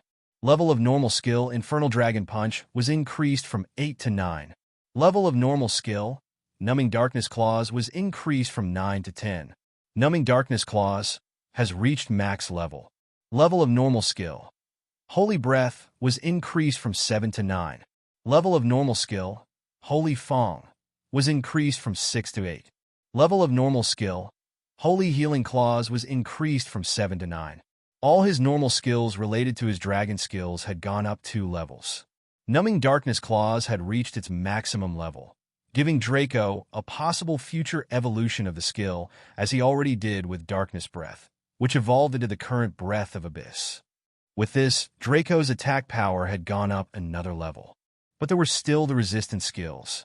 Level of resistance skill, Physical Resistance, was increased from 6 to 8. Level of resistance skill, Hunger Resistance, was increased from 5 to 7. Level of resistance skill, Poison Resistance, was increased from 7 to 8. Level of resistance skill, Magic Resistance, was increased from 8 to 10. Magic Resistance has reached max level. Level of resistance skill, Darkness Resistance, was increased from 5 to 7. Level of resistance skill, Holy Resistance, was increased from 4 to 6. Virtually all resistance skills had leveled up. It was a pleasant surprise to have reached the maximum level in magic resistance. Although it didn't look like the resistance skills could evolve, it was good to know that the opponent had to double Draco's defense level to damage him with purely magical attacks. With so many skills having leveled up, along with his stats, Draco couldn't be happier with the first night of the Holy Grail War in which he had actively participated. And there were still 5 servants left? Times really do change. Standing in front of the Hyatt Hotel in Fuyuki, Zoe sighed. She still remembered those times when you could still see traces of nature on the outskirts of cities. Now, everything had become extravagantly industrialized. Even the godpan had disappeared as a consequence of human industrialization. As Hunter of Artemis, this was not good news for Zoe. However, there was little she could do to reverse this situation. She shook her head. Now was not the time to think about that. Her new master had given her a mission. It was time to start a hunt. The prey Zoe currently had to hunt resided on the 32nd floor of the largest building in Fuyuki, the top floor. This was the largest building in Fuyuki, although it was to be surpassed when the Shinto shopping mall was completed. There, living on probably the most luxurious floor in the entire city, was Kayneth Archibald L. Malloy. Despite living in such a luxurious room, the person in question, sitting on a real leather sofa by the window, could not calm his depression. For him, the objects in this room are just a wasteful collection. It is merely a gloomy room, some expensive ornaments, and some whimsical everyday objects. For Kayneth, born into aristocracy, nothing alters him more than the originally common things disguised with luxurious outfits to look falsely aristocratic. But just now, that's exactly how this hotel room was.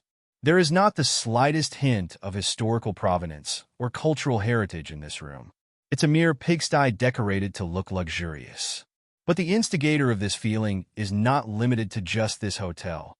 This tiny nation known as Japan is full of things that leave Kayneth with an ugly and unhappy feeling. Even the small island of Hong Kong can give a very local and folkloric feeling. But now, Fuyuki Shinto doesn't even show a hint of its local culture. As of now, looking at the city's scenery at night from this high point, there would be no way to guess precisely which city of which country you are in. Just getting the most common elements and putting them together. If you were to be asked what exactly this city is, Kayneth would say it is merely like a mountain of garbage.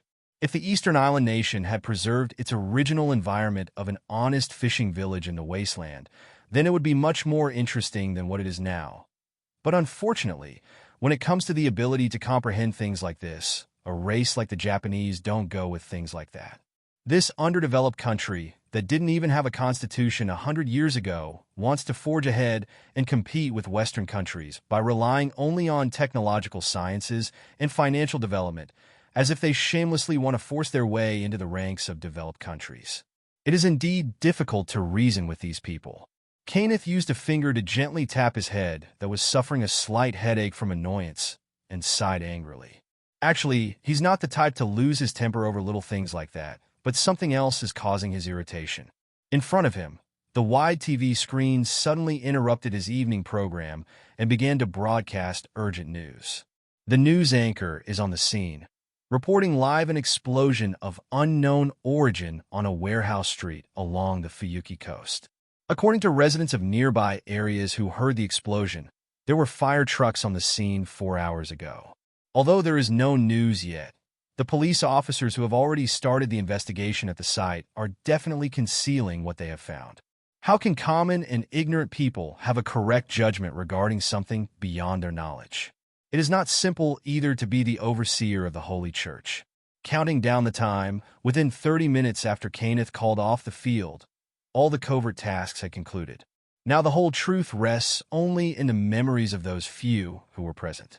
One of them was Kayneth, servant lancer, the master of the heroic spirit Diarmuid Ue Duibni, the beginning of the long-awaited Heaven's Feel.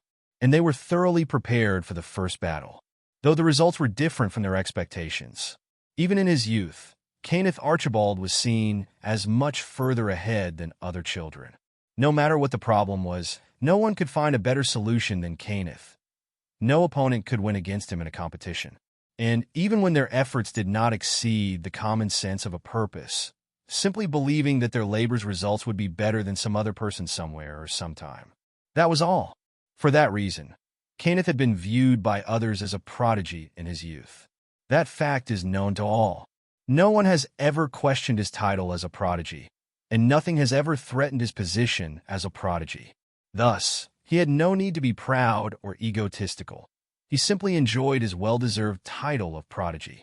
Even in the busy clock tower among the numerous successful researchers, his crowning to the famous title of Lord Elmeloy was widely approved by all.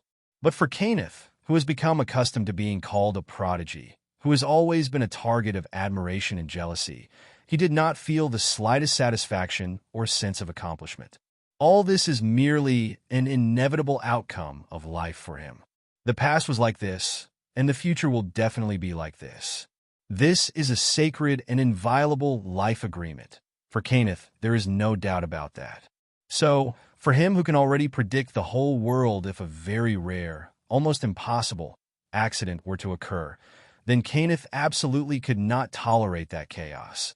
It would be an insult and a blasphemy to God's order, such as the death of his servant and thus his elimination from this competition for the Holy Grail. Worst of all, his servant had not even died at the hands of a rival servant. He had been killed by a third party who was not involved with the war. This was a humiliation that could not be easily forgotten by Kayneth. A stain on his record even greater than his pupil's theft of Iskandar's relic. Yes, for he too had not forgotten that Waver was now Iskandar's master. I'll kill them. Kayneth squeezed the crystal glass he held in his hand so hard that it shattered. The glass sank into his skin, bursting inside his palm. But he simply ignored the pain and the bleeding, focusing on the anger that was eating him up inside and the hatred he felt for the two people who had taken what was his. Waver Velvet, Draco, I will kill you, but first I will torture your families in front of you. I will kill them, and then I will torture you to death. Hatred seeped through Kayneth's voice. Do you really think you're going to be able to do that? Who are you? Kayneth was alarmed when he heard the stranger's voice. But, after all, he was still one of the most influential people in the world of magic. He regained his composure quickly and waved his hand. A large porcelain mug approached discreetly towards Kayneth. No, I'm not anymore. You can say I'm something like a servant. Actually, Zoe was going to introduce herself as one of the Artemis hunters. In the end, she decided not to. She had already embraced her identity as Draco's servant. It was not the time to back out. Anger, like acid, gnawed at Kayneth drop by drop. The girl, who looked no more than 16 years old, reminded him too much of the person who had stolen all his dignity. She exuded that same mysterious air as Draco and his strange companion. They also happened to be something related to a servant. He is a first-rate mage. He would never lose his composure over emotions, especially when faced with a situation where he is fighting for his life.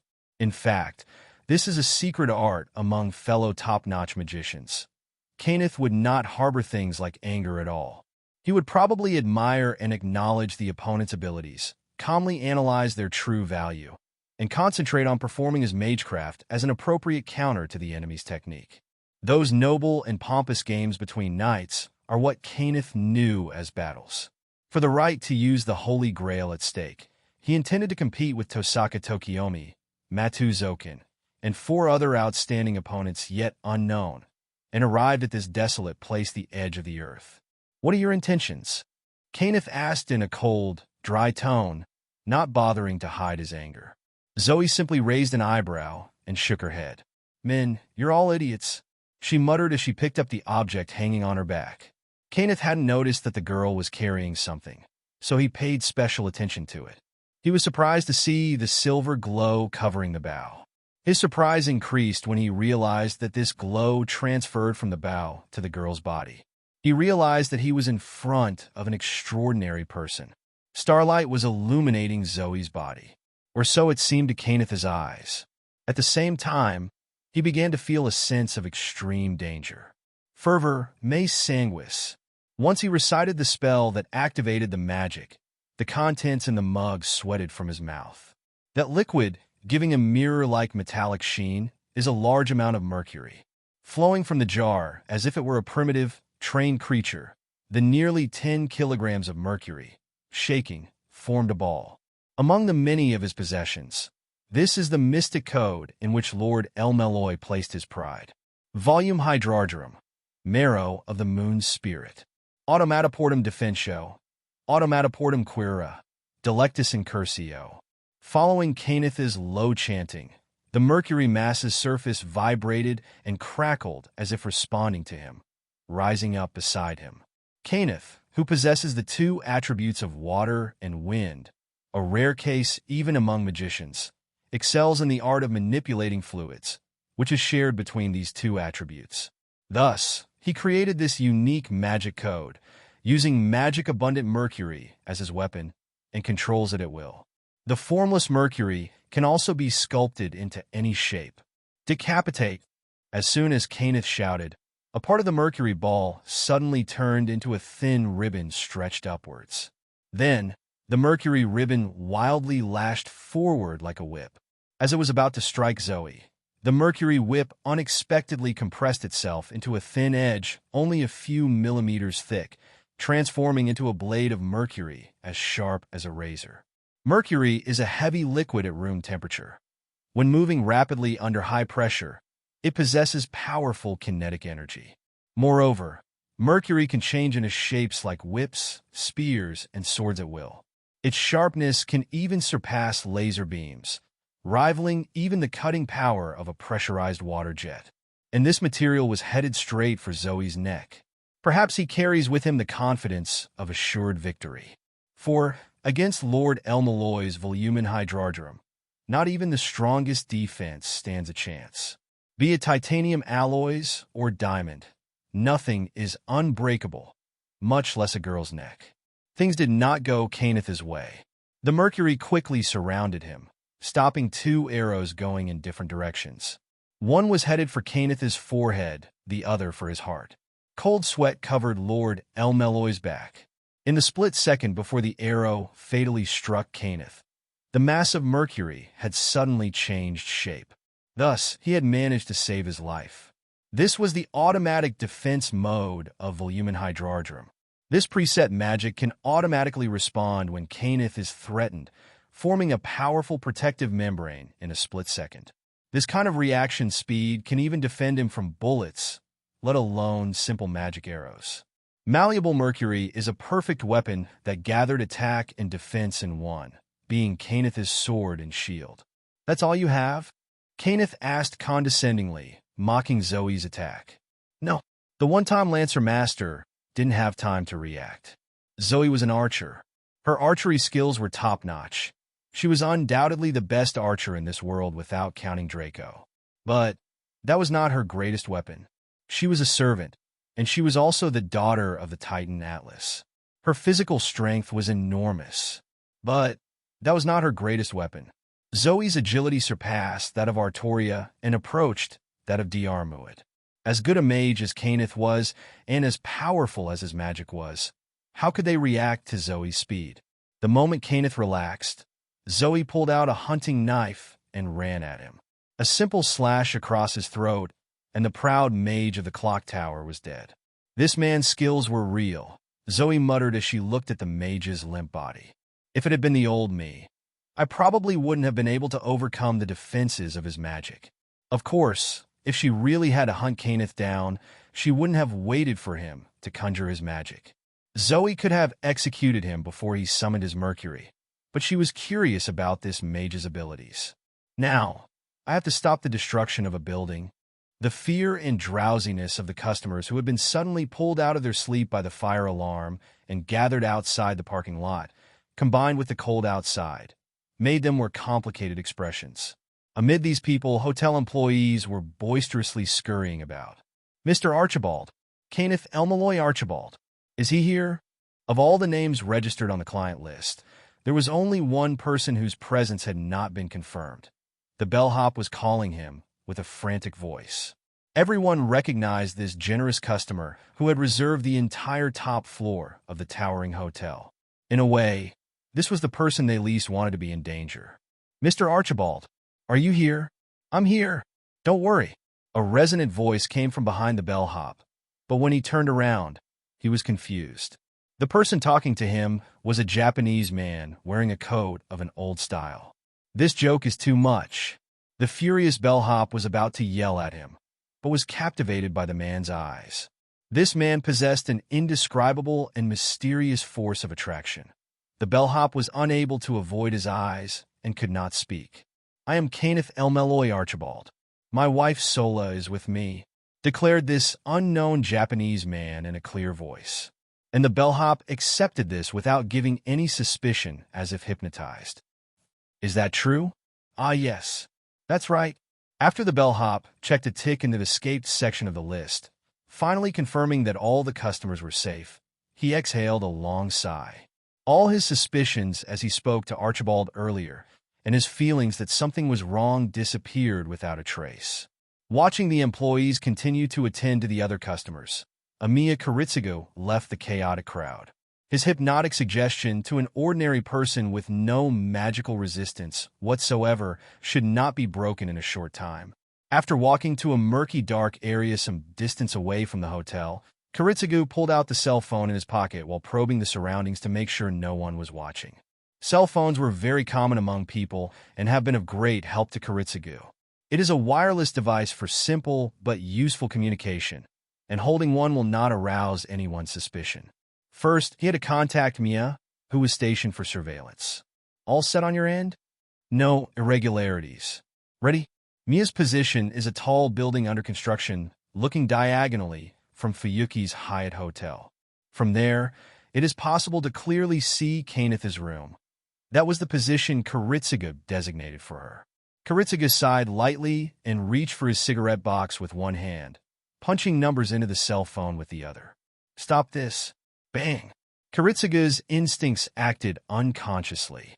He grabbed the pistol he kept and fired in the direction of the voice. His pupils dilated as he saw that he had missed by thousandths of an inch, even though that shouldn't be possible. No one in this world could move faster than Kiritsugu's bullets at such close range except a servant. It's useless. Your shots are too slow.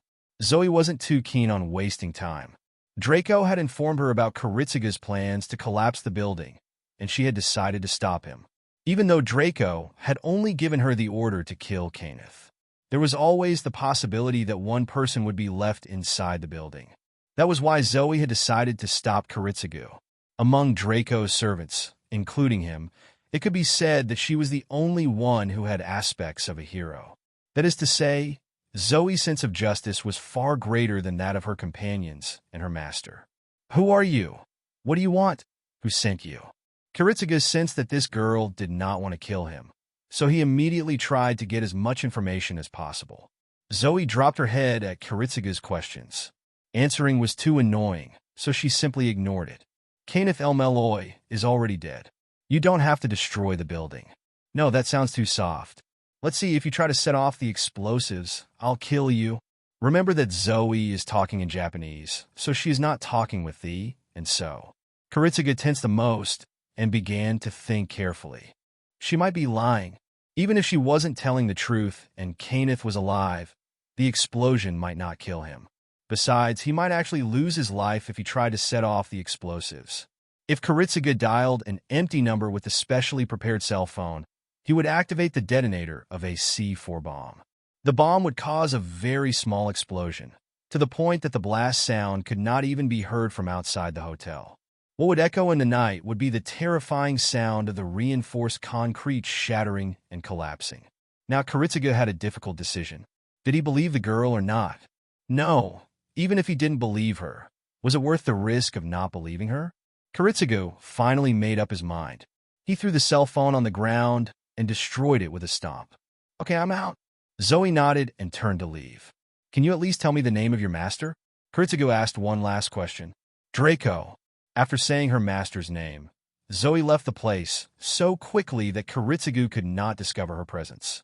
Kiritsugu contacted Maya again. Stand down. We cancel the mission, but Maya's incredulous voice could be heard coming out of the cell phone. We cancel the mission. Kiritsugu cut the call, saying more words was unnecessary.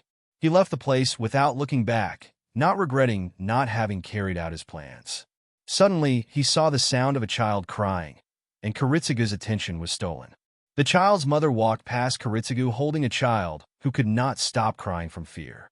Both of them were wearing pajamas, looking quite miserable in the dark night. Kiritsugu kept looking at the backs of the mother and child, until his hand was burned by the flame of his cigarette, and then he caught their attention again. Kiritsugu threw the already largely burnt cigarette on the ground and covered it with his foot. Amiya Kiritsugu felt a little confused.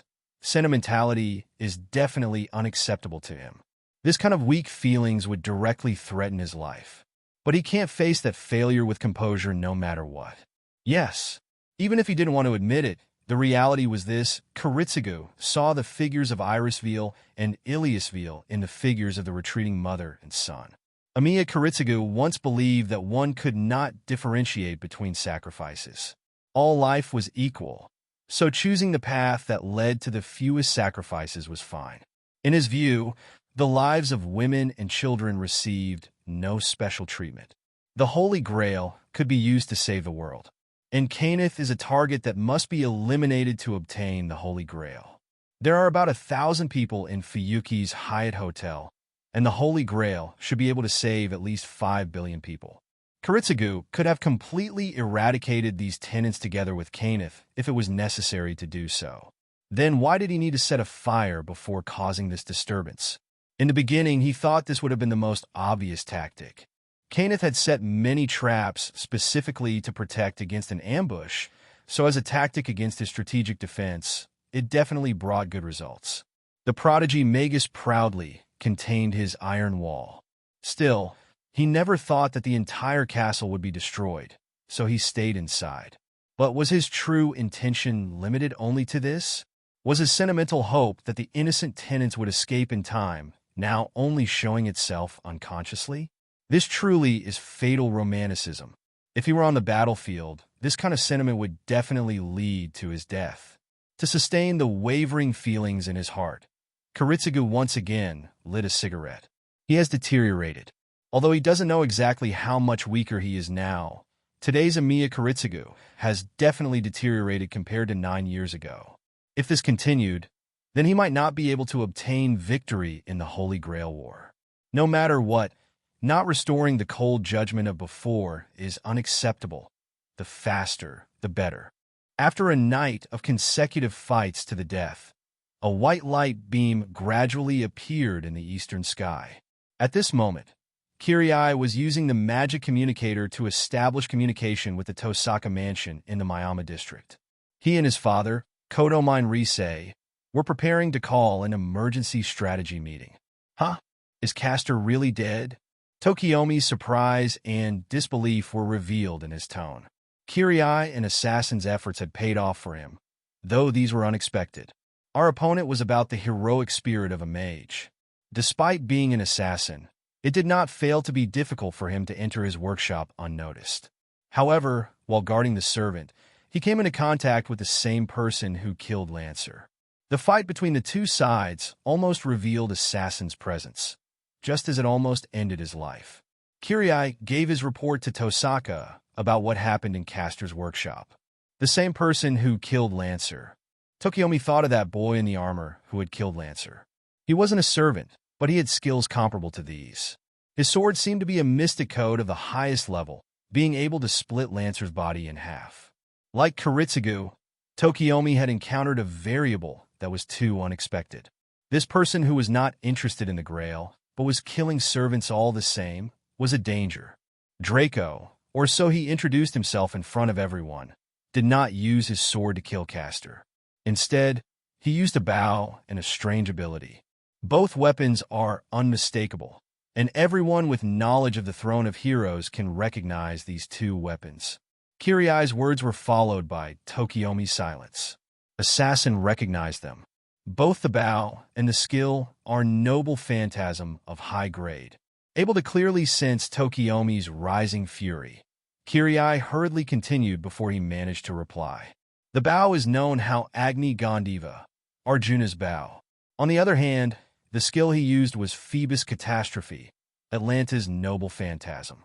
Both are powerful noble phantasm, and although I don't know how he owns these, you have to be careful. Especially with that sword. What's wrong with that sword? Even if it's powerful, it's still inferior to Gilgamesh's secret weapon. That sword shouldn't even be on the level of Saber's Excalibur. Tokiomi calmed down a bit thinking about Gilgamesh's X-ranked noble phantasm. I wouldn't be so sure. Assassin suspects that Draco's sword is on EA's level. Impossible. You wouldn't say that if you knew the identity of that sword. Assassin suspects that it is the sword described in the Norse texts, the one that will bring destruction. Tokiomi's eyes grew as wide as possible, and his pupils dilated to the max. Kirei could imagine Tosaka's face of disbelief. Are you talking about? Yes. The Sword of the Sun, Levitin. Tokiomi breathed furiously. Heaven's Feel was a crucial event for the Tosaka family, the method they had chosen to reach the root. And now, an outside agent like Draco was defiling the ritual created with the sweat and blood of their ancestors. Fortunately, the church had acted quickly upon learning of Draco's attack on Caster, and they had managed to manipulate the information in the public eye.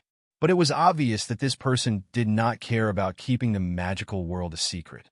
Heaven's Feel must be kept secret. This is a solemn rule for everyone involved in this. Someone who would attract so much attention to this place would not be welcome. And furthermore, any mage is responsible for protecting that noble creed. Whoever it was, no one would expose magic to the common people. Everyone researched their magic clandestinely. Those who failed to protect this secret would be left dead without delay by the association. As long as something was related to the secrecy of magic, the Wizards Association was firm and consummate in handling it. That is why this matter has always made the blood of magicians run cold. About this Draco, did you get any detailed information, reports, or anything like that? No, though we have something about his servant. From his peculiar armor and attitude toward Servant Saber, I think he might be one of the knights who served King Arthur. A knight of the Round Table?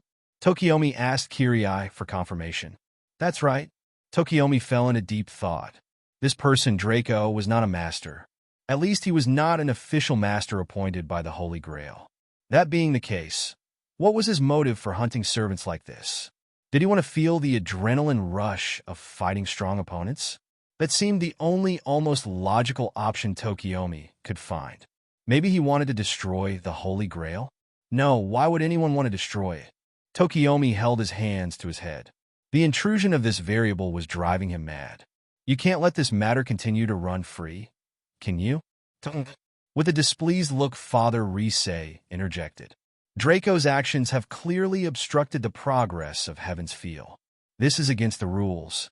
Of course, as one whose previous job was to protect the secret of magic, I will not let them off the hook.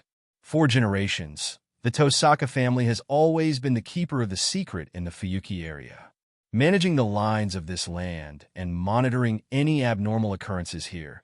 This is the responsibility entrusted to them by the Magicians Association. This is also the reason why the Tosaka, as one of the 3 founding families, offered this place under their care as the stage for Heaven's Feel.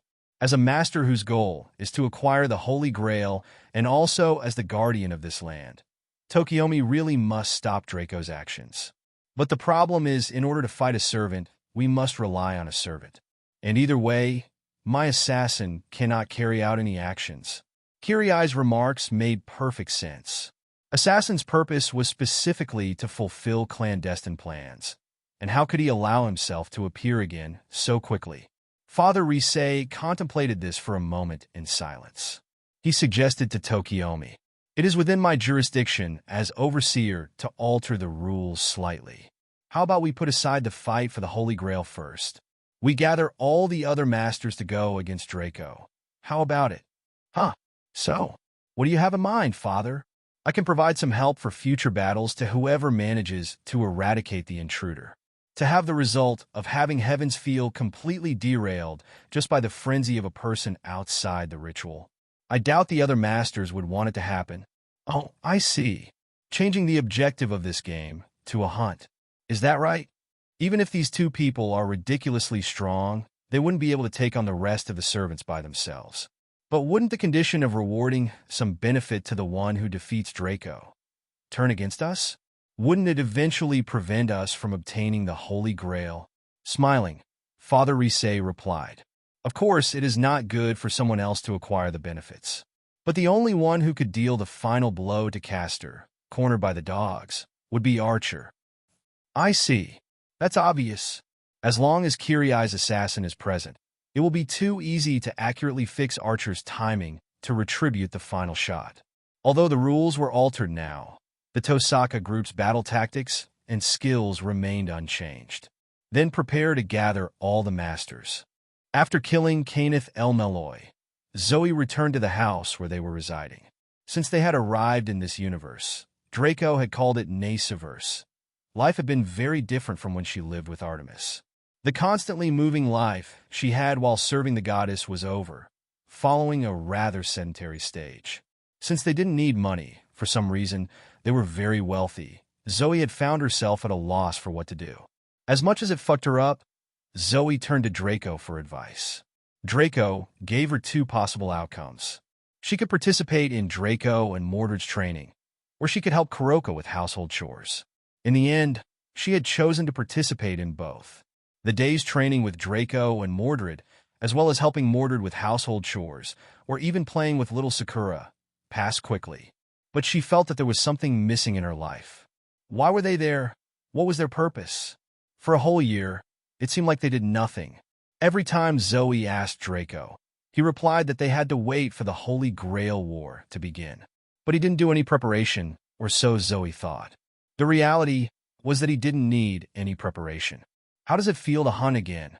Zoe snapped out of her thought world and looked at Draco. Pretty good. Looks like you had fun too. The way Draco looked was peculiar. His clothes were all stained with a black substance, quite disgusting in Zoe's eyes. Having lived with him for quite some time, the physical changes his master had undergone were quite obvious to the archer-class servant's eyes. His height had not changed. His face had not changed. His physique didn't seem to have changed at all, but Zoe could tell. His physical body had taken a leap in capability compared to the last time they had seen each other. Zoe had felt the burst of draconic aura, and she had also felt her own strength increase. The one responsible for this was none other than Draco. He had once again killed a powerful opponent. What was the servant? Zoe asked. Caster. Then there are only 5 other servants left. Do you intend to kill them all? Zoe had discovered the relationship Saber, and Mordred had from the very moment she had seen Kiritsuga's servant. Obviously, Draco already knew who this servant was and the relationship she had with Mordred. All servants who come from the throne of heroes and participate in the Holy Grail War have a wish. This was something Draco had taught her before. Mordred's wish was to repeat the test that Artoria once performed. But Draco seemed to doubt that this was Mordred's true wish. Or, rather, he seemed to know what Mordred's true wish was, even when the girl herself seemed to have no knowledge of it. Now, what was Artoria's wish? Zoe was genuinely curious. Yes, my intention is to kill them all.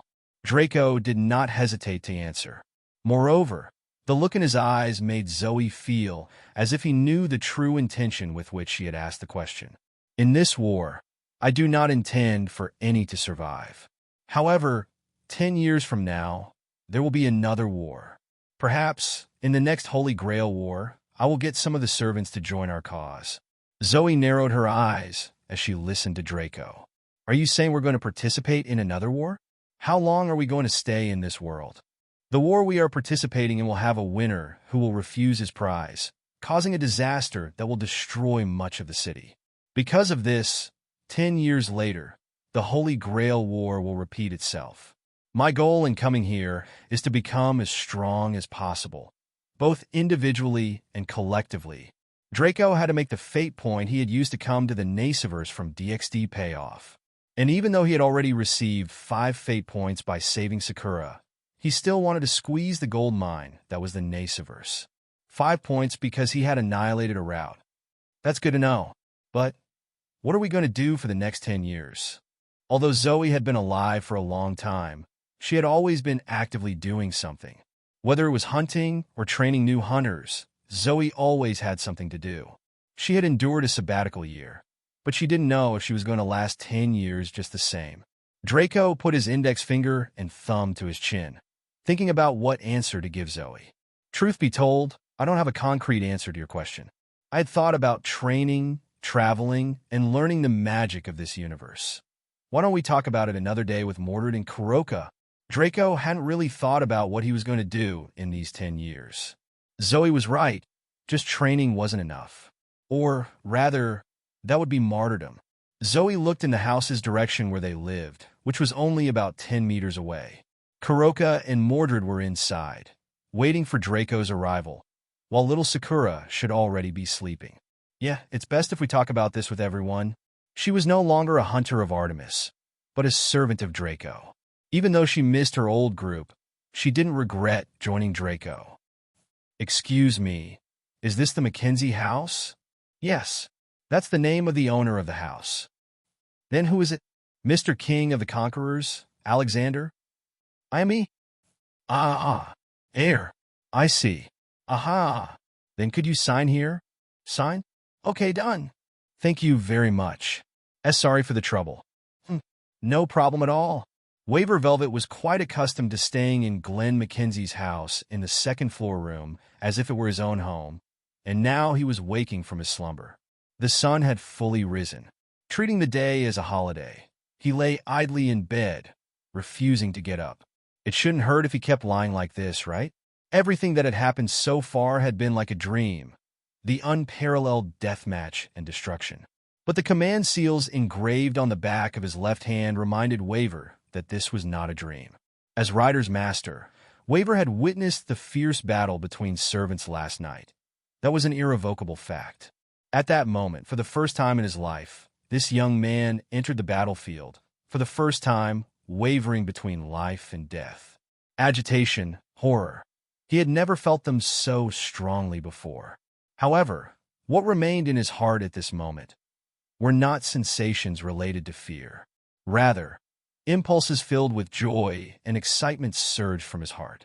Waver had no achievements last night. Every action was decided by Alexander alone. As master, he alone had stood beside his servant, witnessing everything from the side. Even worse, he had fainted at the climax of the battle, rendering him unable to witness the final outcome of the fight. Anyway, Waver still felt that it had been a very meaningful battle. The things and values he gained from it, it seemed that only he understood. "Not even daring to show yourself in front of me. Coward. You are not worthy of being my opponent at all." Those words were directed at Lancer's master. Lord Elmeloy, someone Waver hated and feared, was taunted by Ryder as a coward. But the courage Ryder proudly held was merely reckless idiocy in Waver's eyes.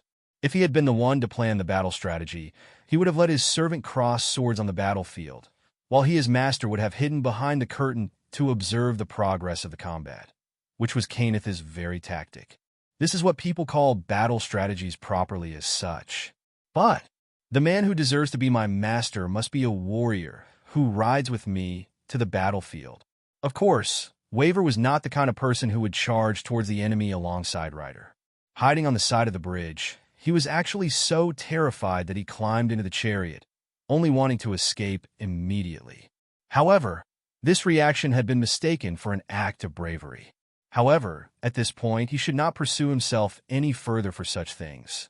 No matter what his reasons were, Waver could still clearly remember the touch of Ryder's hand on his shoulder. So broad, so strong. "Yes, this kind of person is my master." Ryder had said that to him. Compared to Lord Elmeloy, the prodigious, famous professor, someone Waver couldn't reach his shoe soles, Waver was far superior then.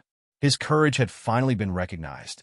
And come to think of it, this was the first time anyone had recognized his ability. Although flattery and slander are insignificant things, being flattered was really exciting for this young man who had never been flattered by anyone before. That's the reason why Waver is in seventh heaven now.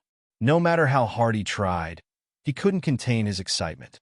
Although his servant did not treat him with the courtesy demanded by a master and had always called Waver by his first name, still, no matter how disrespectful this stubborn man was, Waver should at least feel grateful towards him. After all, Ryder had been the first to value him. Tortured by his complicated thoughts, Waver sank his head under the sheets. From today onwards, what attitude should he carry when dealing with his giant servant? At that moment, Waver suddenly realized that the usual snoring behind his ears in the mornings was absent. Waver lifted his head from the sheets and discovered that Ryder, who usually slept in bed, was not there. For someone who abhorred spiritual form, he could not simply cancel his physical form and change to spiritual form without some good reason. Besides, even if he had dematerialized like his servant, it is impossible for Waver to not feel any of his presence at all. So there is only one possibility. Ryder is not in the house. Waver began to think calmly. He had overslept in the morning, so it was not unusual for Ryder to wake up earlier than him. Anyway, The problem at hand was that Ryder wasn't in the house, which meant that Ryder was going to other places without Waver's permission. From the stairs in the hallway, footsteps could be heard climbing the stairs. From the heaviness of the footsteps, Waver could tell that it was Ryder, feeling a little relieved. However, recognizing the meaning of those heavy footsteps, Waver immediately paled. "Oh, so you're awake, huh, kid?" Ryder's voice was accompanied by his huge torso appearing in the doorway. And considering the thick armor he was wearing, although Waver had grown accustomed to these strange occurrences, he still found it somewhat strange and unimaginable. If this extremely unusual scene was seen by the Mackenzie couple, he feared that the hypnosis he had cast on them would be nullified very quickly. That was why Waver had, with some difficulty, managed to convince the servant who straightforwardly refused to dematerialize to remain on the second floor and not be wandering around at will. At least, that was the case until this morning. You came down the stairs dressed like that. Don't freak out, okay? The old couple in this house left early in the morning, so it's just the two of us. I went downstairs to get the express mail package. It seemed that Ryder also knew that he had to do his best not to be seen by the Mackenzie couple. Waver, who was slightly relieved by this, suddenly noticed that something was missing. Nervously, he examined the giant from head to toe. In the giant's hands was a small package with an express mail label. "So you went to the main entrance wearing this suit?" "I had no choice. We can't send off the delivery man without showing any gratitude, can we?" It was already too late. Fortunately, he had not been discovered by anyone living nearby, only by the mail delivery man who occasionally comes to deliver packages. Regardless, this was very likely to come from the mailman, saying something like there's a warrior in Greek armor in this house. All he could do was pray that person would take this as some kind of joke. Besides, this isn't even your package, so you wouldn't even have to express gratitude, right? "Huh? No. It's my package." "What?" Ryder brandished his package at Waver. "Fuyuki, Miami District, 228 Mackenzie residents. For the King of Conquerors, Alexander." This outlandish content was openly displayed on the receipt slip. The distributor's column was the words, specializing in reference products. On Eman Bar Nambwa store. "What is this?" Ryder explained. "I'm just trying out this mail order thing. There were a lot of products that captured my attention in the Monthly World Militia ad." "Huh? Mail order?" When he thought about it carefully, Waver finally understood why Ryder had asked for a postcard when he asked Waver to buy military magazines and recording tapes. At the time, Waver hadn't the foggiest idea what the postcard was for. No, rather Waver hadn't even considered it. I said, "Where the hell did you learn how to do mail orders?" Although heroic spirits acquire knowledge of the Holy Grail, it would not go to the extent of learning how to make mail orders. Waver was very unwilling to believe that was the reality. "Huh? Didn't they clearly explain those kinds of matters on the back of the magazine and the recording tapes? Just look at them for a moment, and you'll understand. When did you see those ads?" "Huh? And where did you get the money for the mail order?" "Don't worry, I've already paid for it all." Laughing gleefully, Ryder handed him back his wallet. Apparently, he had taken his master's wallet without permission while he slept. This man is so naive that he had even wanted to buy an invisible bomber. No one knew what kind of expensive merchandise he had bought this time. Frightened, Waver took his wallet and checked the sum of money inside while holding back his tears. Ding dong. Someone had knocked on the door again. "I guess Grandma has a visitor," Waver commented lightly while his attention remained on the money missing from his wallet. "No, this person is looking for us." With a serious face, Ryder rested his hand on the little master's shoulder. An uninvited guest. Waver should have continued sleeping. Maybe, and just maybe, he would have managed to avoid the tense situation he was in. Waver had descended the stairs to the second floor together with Ryder, who had refused to leave him alone. This had frightened the young master a little, but he was also confident that his servant would protect him from whatever danger awaited him behind the door of the home in which he resided. Upon opening the door, he had been dazzled by the smile of a young man. That smile had been the cause of this awkward and tense situation Waver found himself in, a smile he had seen the night before. That smile was accompanied by a perfectly proportioned Caucasian face, with characteristic heterochromatic eyes. His medium-length hair was a charcoal black color with a few silver highlights. What are you doing here? Waver could barely formulate the question. All the confidence he had gained from his own servant's presence had vanished. Ryder did not seem to have reacted to the presence of the non-guest and seemed relatively calm, which also calmed Waver a little. However, he did not know that Ryder was prepared to defend his master at any moment. Waver was unable to comprehend the danger he was in right now. Draco entered the house's interior, ignoring both Waver and Ryder, and climbed the stairs to the second floor. Hey, T, this is not your house. It's not yours too. Waver had to shut his mouth at the dragon's response, for he was right. Come on, kid. It seems that he doesn't want to fight, so let's see what he has to say. Ryder followed Draco to the second floor, as he had understood that the latter didn't want to fight. Or at least, that was not his current intention, depending on how the conversation continued. Waver could only nod his head and follow the two powerhouses.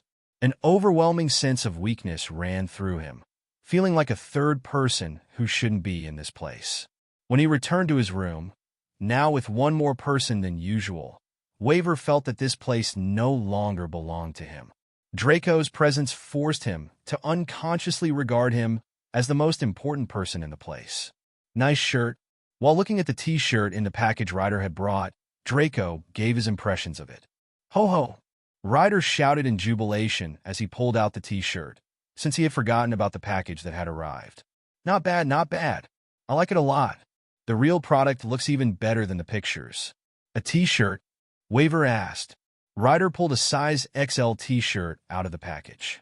On the front of the shirt was printed an eye-catching logo above the world map, Admiral's Grand Tactics. It looked like one of those products that game companies published on the front page of the special edition of a magazine. It's actually not bad. After I saw Saber last night, I had a sudden inspiration too. You wouldn't mind if I wore contemporary clothes when I go to the street, right? Waver's heroic spirit hated the spiritual form and strongly preferred the physical form. Although Waver had headaches about this matter, the silver lining was that at least Ryder wasn't thinking of going out shopping in the city. Now he was in big trouble. Waver was furious to the point of wanting to curse Saber for giving Ryder that idea. Meanwhile, Draco watched as Ryder tried on his new t-shirt and struck various poses. Ryder's happiness was too pure to interrupt this moment. Wow, just as I wanted it. The effect of having the whole world on my chest. Ha! It really makes me happy. Ah! Yes, yes. Waver was extremely embarrassed seeing the gleeful Ryder wearing the shirt in front of a possible enemy. You need pants if you want to go outside. The detail Draco had commented on was like a cold water pitcher for Ryder. Do I really have to wear that? Looking a bit annoyed, the giant, who wasn't even wearing underwear, held his forehead with his fist as he asked seriously. You must. Draco nodded with a serious face as he struggled to keep his gaze on Ryder's face. This situation was really awkward. Although he hadn't washed his face yet, Waver's drowsiness had disappeared in a puff of smoke. This inconsiderate, muscular idiot, ignorant of common sense, who was as lacking in manners as a gorilla. Once Waver thought of the countless indulgences she had made for him, he couldn't help but feel angry. Let me make this clear. I'm not going out on the town just to get supersized pants for you. I'm definitely not going. What did you just say? With an exaggerated look, Ryder glared at Waver. But Waver wouldn't take a step back this time. He had established his determination with an iron will. Hey, pacifier, are you going against my majestic feats? Your majestic feats and your pants have no relation. Before you go out to have fun, show me what you can do. At least kill some of the opposing servants. Watching this pair of idiots argue was really interesting to Draco. He felt like he was watching the anime in first person. Well, you can't kill Lancer or Caster. Draco caught the two idiots' attention again, and Waver turned pale as he understood that the dragon had heard his words. Ryder understood Draco's words a little more than his master had. You mean Caster is dead? Yes, I got rid of Bluebeard last night. No one wants a couple of pedophiles kidnapping little kids in their town, especially when you have little kids in your family. Ryder nodded, understanding the meaning in Draco's words. He and Waver knew about the strange disappearances of children these past few days, so they didn't doubt Draco's words when he blamed the enigmatic Caster. If on top of that his identity was that of Bluebeard, Gillis de Rice, any hint of doubt left in the minds of both of them had disappeared. By the way, one of my subordinates killed Lord Elmeloy last night. One more statement made Waver shudder. His master, one of the greatest geniuses that had appeared in this century, had died on the first day of the Holy Grail War. You really want to end this Holy Grail War? Huh? Why? On the previous night, Draco had declared war on all the participants of the Holy Grail War. He wanted to destroy the Holy Grail and had threatened everyone who would stand in his way. The Holy Grail is corrupt, useless, and will only bring suffering and destruction. I don't really care about that, though. Fighting powerful individuals like you, servants, is what really matters. I know you're not really interested in the Grail, but others like the Masters of Saber and Archer would die to get it. Their hopes and dreams depend on it. Destroying the Grail is no different from destroying them. That is why I, the person who wants to destroy them, am their main enemy, and they will try to destroy me with all their might. Fighting against you, I gain strength. I seek that strength. I have to be stronger. Ryder and Waver listened carefully to Draco's serious speech.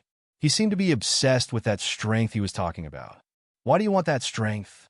Curiosity was killing Waver. What was it that was driving this person, who was already strong enough to kill a servant, to seek even greater strength? I don't know if you'll believe me, but I'll tell you anyway. There are beings beyond this world, in another galaxy, or even in another universe. Their goal is to bring chaos and destroy all that order has created. Although, once again, I don't care about that. I already said it. What matters to me is my family, and I want to be able to defend them from this coming threat. Draco spoke sincerely, hoping they understood what he had said. An outside threat. That's a good theory. Waver began to ponder. He had already entered his own mage world. Draco finally said what he had come to say. I came here to ask you both. Will you help me defend the universe, the world, my family? I came here to ask you both. Will you help me defend the universe, the world, my family? That's right. Draco had come to the Mackenzie home to try to recruit Ryder, and Waver was also a good choice to add to his group. Why was Waver a good choice? That's what many may be wondering. Out of pure curiosity, Draco had decided to use Inspect status on Waver.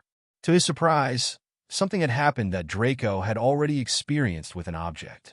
Record of a servant with this human's characteristics found. Just as with the Nemean lion's pelt that Aphrodite had given him, the system had detected a servant's records with Waver's characteristics. This meant that when it came to turning Waver into a servant, he would not follow the same process as Kuroka or Zoe. When Draco turned the two girls into servants, they gained the default parameters of their respective classes. With Waver, it would be different since there were already records of Waver as a servant. The system would take those parameters and implement them in Waver. Not only that, but he would also gain all his skills and noble phantasms. This was all that the system had been explaining to Draco while Ryder and Waver were discussing. In a single moment, the plans Draco had made for the Naciverse had received a big change. His main goal in arriving at the place where Waver was residing was to invite Ryder to join him, since he was the only servant Draco was willing to ally within this fourth Holy Grail War. The others were nothing more than experienced to level up and gain personal strength. But now that he knew of this possibility, a new possibility had appeared in front of Draco. Perhaps there were more people in the Naciverse like Waver with their own servant record. Shiro Amiya was a clear example of this. With Waver's example, Draco could turn Shiro into a servant and give him the characteristics of Archer Yamaiwai. If, for example, Irisviel also has a servant record in the system, then turning her into one would be much more profitable than Draco thought. Who knows, maybe Sakura and Rin have their own servant records. That being the case, Draco had already figured out what he could do in the 10-year gap between the 4th and 5th War. I see. You're asking us to abandon Holy Grail and ally with you to deal with this outside enemy. Ryder put his hand to his chin and ducked his head as he thought. Draco knew of Iskandar's directness. He didn't tend to overthink things, so the answer he was going to give him was the final one. Iskandar raised his head, and through his eyes full of ambition and determination, Draco received the answer. I see. The negotiations had failed. No, There was no chance to negotiate in the first place. My dream is to reign over all the land at least once. That's right, I don't care about Holy Grail. However, I cannot let go of my dream, because this one is not mine alone.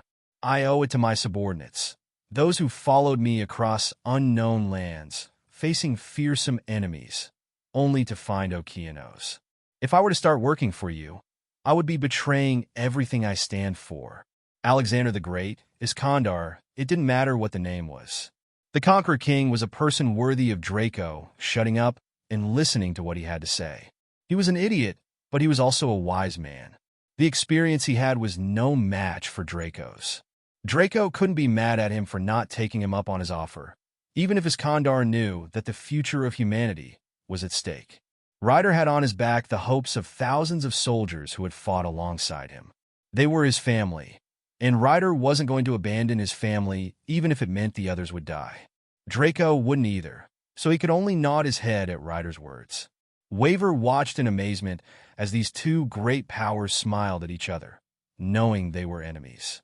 Since Ryder had rejected Draco, they were destined to face each other. At that exact moment, boom, a deafening explosion reverberated in Waver's ears. No, to be specific, it was not a sound, but an auditory stimulus. It directly attacked the sensitive nerves of a Waver Magus. In other words, a magical impulse. So that's the method they used to summon magicians.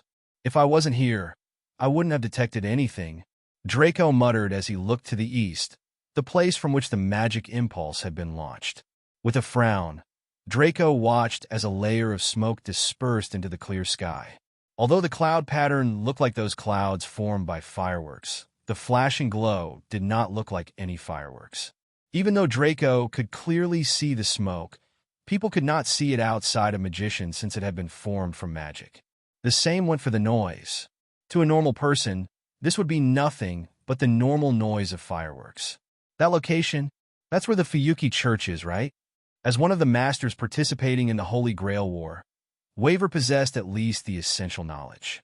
So he immediately understood the meaning behind the sign. As the overseer of the war, the Holy Church would trigger that signal whenever there was something crucial to report to the masters. This is the most appropriate method to inform the masters, since the Holy Church would have no idea where they would be. Would it be something related to us? Waver struggled to find the best answer to Ryder's question. I couldn't say it's completely unrelated to us. How should I put it? In fact, Waver did not announce his identity as master to the Holy Church. As long as his servant is in the land of Fuyuki, naturally, his position as master would be established. So there was nothing to urge him to do things under the church's approval. That was what Waver decided. After all, he had obtained the holy relic through unscrupulous methods. If he did something else strange, wouldn't he be getting into more trouble? However, it would be unsafe to ignore the consensus called by the Fuyuki Church. A meeting for all masters called by the supervising Holy Church. What emergency could it be? Usually, it would be something related to the amendment of rules, addition of new conditions. Besides, it could announce some new information. This information could be the key point for the battles from now on. From the current situation, it would be better if you listened to the supervisor's suggestions. And in case there were specific regulations that would restrict them, when the time comes, all he would have to do would be to ignore them. It is related to my presence. The church and Tosaka Tokiomi have grown tired of my interference in the ritual. They're going to launch a war against me, Draco said unscrupulously. He had no doubt why they were summoning the masters. Originally, that call was to finish off Caster. Since Caster was already dead, the next nuisance for Tokiomi was none other than the variable named Draco. Probably, they had found the remains of Uryu that Draco hadn't bothered to clean up, so they were going to use it as an excuse to unite the masters against Draco. Ryder Waver Velvet, the next time we meet, it will be as enemies. It's been a pleasure talking to you. Draco got up and left without waiting for Waver and Ryder to be able to say anything. Now that he was sure Tosaka had him in his sights, he wanted to say that they probably already knew where he resided. It was time to make preparations for what was coming. A heavy atmosphere hung around the church pews.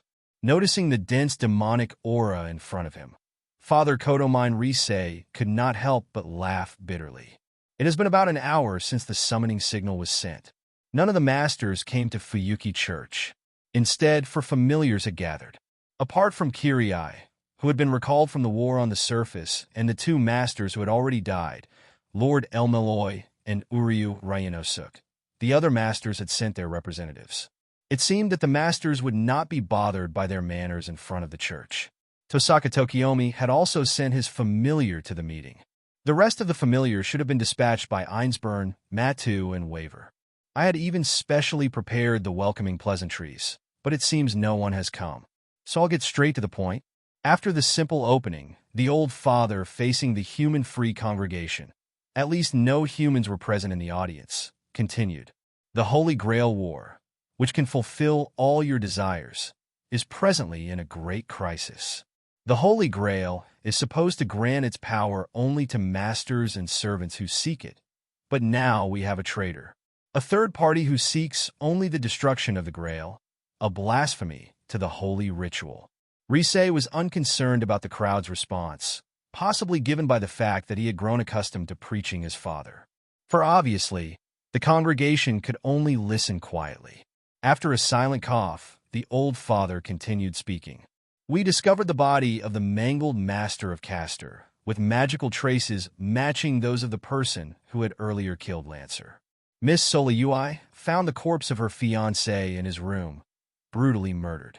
We have deduced that this act was also the work of this person or his subordinates.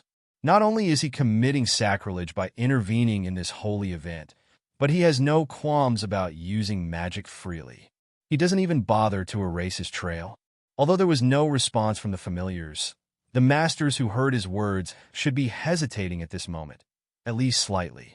Just as Tokiomi reacted this morning, that is the normal reaction of a magus. He and his servant are no longer more than a general threat to the invocation of the Holy Grail. Therefore, I make use of my supervisory authority that I possess for these critical moments to temporarily change the rules of the Holy Grail War. He declared in a strict voice as he raised his right sleeve, revealing his arm. Even though his body was old, one could still see the strong, muscular arm he had had during his younger days. Tattoo-like images covered it from his elbow to his wrist. No, those were not to be called tattoos. The masters who participated in the Holy Grail War should know at a glance what they were. These are the ones that have been collected from the previous Holy Grail Wars and were entrusted to me as the overseer of this Holy Grail War. The inheritance of those masters who lost their servants before the final battle. Their missing command seals. After this test, no one would doubt Father Risei's authority as the overseer. All unused command seals at the time were cared for by him, the overseer. The command seals are also known as holy marks. This test carried with it the destiny of participating in the Holy Grail War. Not only did it carry the meaning of fate, but it is also a device to control the servants. The phenomenon of command seals is already a kind of miracle in itself. But, although this seal on the master's body possesses enormous power, the command seals are still an inexhaustible form of physical sorcery. That is why they can be transplanted or transferred through enchantments. I can transfer these command seals to anyone as they fall to my judgment. For all of you who control your servants, I assume you all know the importance and value of these seals. Although he was only facing the familiars whose only duty was to pass on what they had heard to their masters, Father Risei slowly entered a preachy state and looked more excited. All masters must stop their current hostilities. They must all destroy Draco with everything they have. I will select the master who succeeds in annihilating Draco and his companions and award him additional command seals given the special situation. If this mission is accomplished by one, only that person will be rewarded. If many cooperate, all will be rewarded. Once I have ensured that Draco is destroyed, the Holy Grail War will continue. Father Risei lowered his sleeve and added, "So if there are questions, you can ask me now." In the darkness, a commotion could be heard. Sounds of chairs moving, of getting up and leaving mingled together and gradually faded away. Since the overseer's announcement had been fully understood, there would be no point in lingering any longer in this place.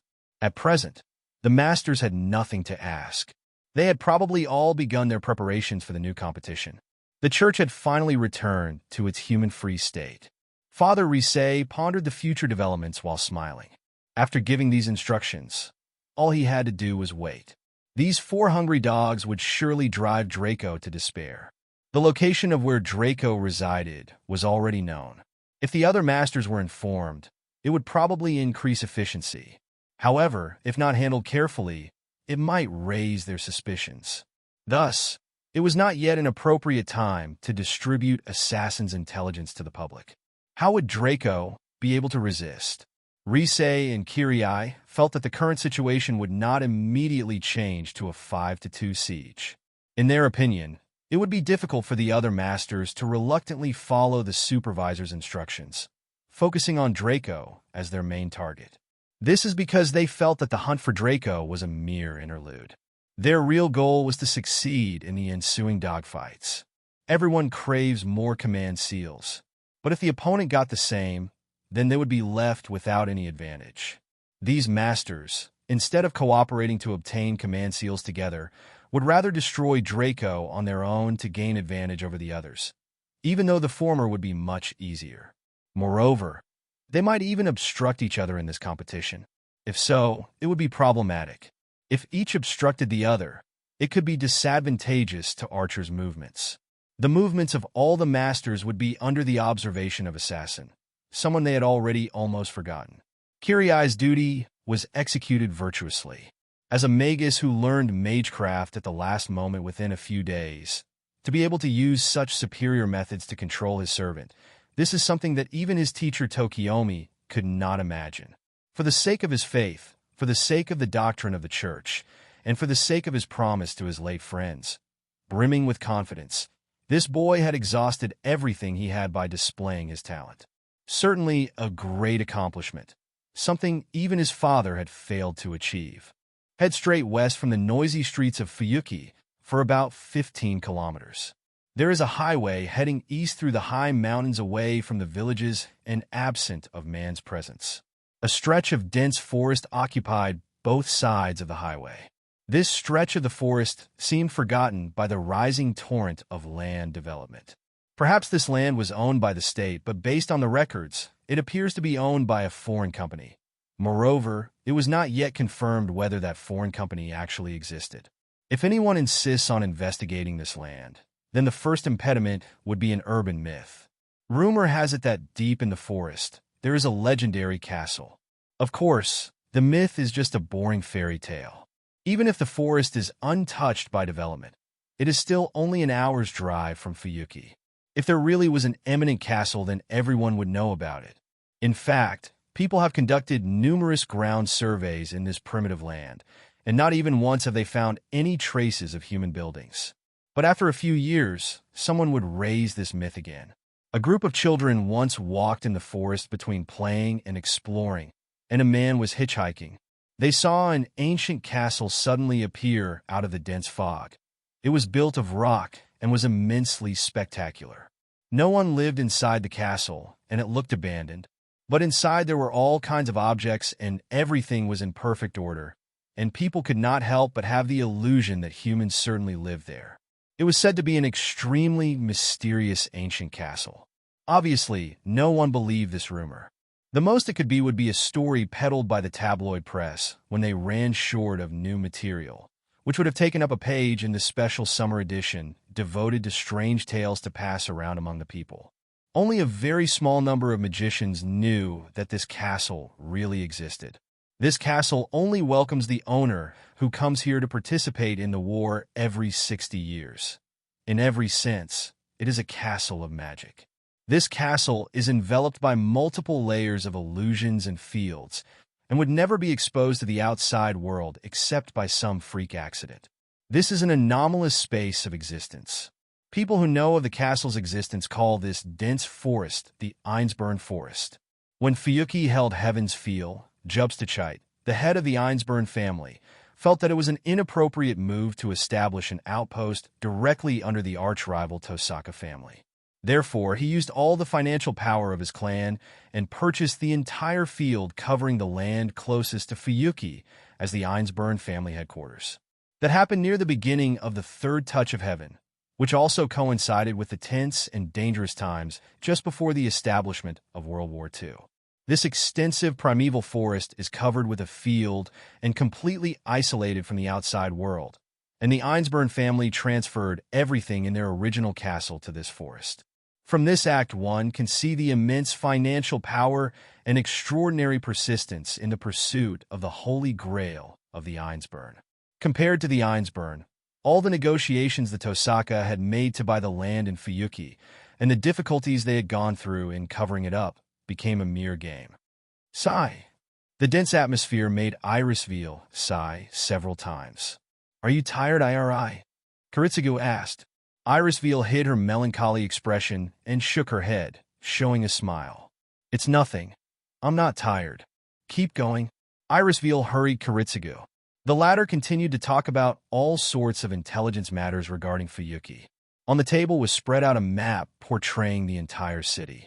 Two positions are the heart of the entire area. One is the residence of the second master, Tosaka. There is no need to name the other. Mount Enzu. All the ley lines in the surrounding area converge on Mount Enzu. The details are just as the head of the family said.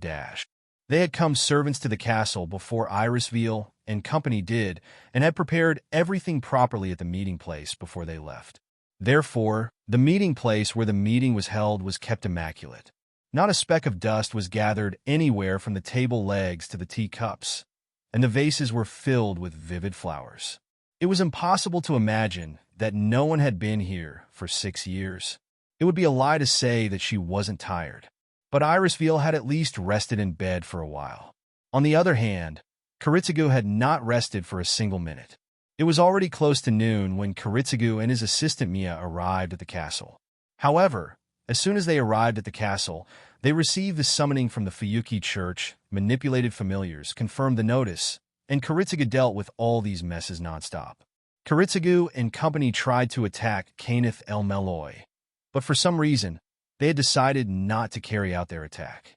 Later, the church had confirmed Kayneth's death. Since Kiritsugu had not shown himself to be exhausted, there was no room for Irisviel to complain about her tiredness. No, there were other covert reasons for Irisviel to sigh. A powerful camp was established with the Ryudu Temple on top of Mount Enzu as its base. As a result, apart from servants, all natural creatures can only traverse the field through the mountain path. Saber must be careful of this when acting. These words giving Saber warning could only be said to Saber's face to face. However, Kiritsugu did not once set his gaze on the girl dressed in male attire, standing behind Irisviel. There were two reasons for the air to feel stagnant and heavy. One was that Saber was putting on an attitude of complete rejection towards Kiritsugu. Saber's attitude did not start just now, but became even more obvious since they had arrived at Irisviel Castle. Also, apart from these two positions, there are two other key points in Shinto where the ley lines meet. One is the Fuyuki Church at the top of the southern hill, and the other is the new town spreading east of the financial district. To conclude, there are 4 key spiritual grounds in Fuyuki that are properly equipped to carry out the descent of the Holy Grail. So, once the war enters its final phase and the number of servants is reduced, we should take control of one of these positions. Correct. Any other questions regarding the topography? Saber, is there anything you're not sure about? Irisviel acted a bit tactfully and tried to pique her interest. The servant girl smiled and shook her head. Nothing in particular. That was explanation enough. Even if the girl in question didn't have it in mind, from an observer's perspective, that was a sarcastic, unserious response. With a sigh, Irisviel continued. Well, as for our rules from now on, it seems that all other masters will hunt Draco first. Isn't that right, Kiritsugu? Yes, that seems to be the case. The supervisor did hint that there would be compensation for the effort. A while ago, Kiritsugu had told them about the Fuyuki Church's announcement and the review of the rules from the supervisor, about Draco's target, and about the supervisor's countermeasure to stop him. Anyway, regarding this Draco, it will be more advantageous if we didn't join with the other masters. After all, right now, it's only us who know that he has more than one servant. Even if they want to attack together, we won't necessarily win because we have more numbers. There will be casualties on both sides, I'm sure. When everyone is weakened, it will be our turn. Master, that's enough. That was Saber's cold voice objecting, which until now had been kept out of the discussion. Draco will hunt down all the servants one by one before we manage to weaken him. He's already finished off Lancer and Caster as well. Only Archer, Rider, and Berserker are left, and I doubt any of them will proactively try to form an alliance. If we act too late, we will lose everything. Perhaps Saber hoped that her words would break through the wall surrounding Kiritsuga's heart. But, as usual, Kiritsugu continued without showing any signs of even hearing Saber's voice. It will be fine, Iri. We found no openings in the field, and the alarm and sounding systems have already been checked. Biting her lips, Saber's expression grew grimmer as she looked at Kiritsugu. Although Saber could forcibly endure the way Kiritsugu ignored her, there was the righteous indignation that he let Draco do whatever he wanted. Of course, Amiya Kiritsugu couldn't look any less annoyed by Saber's expression.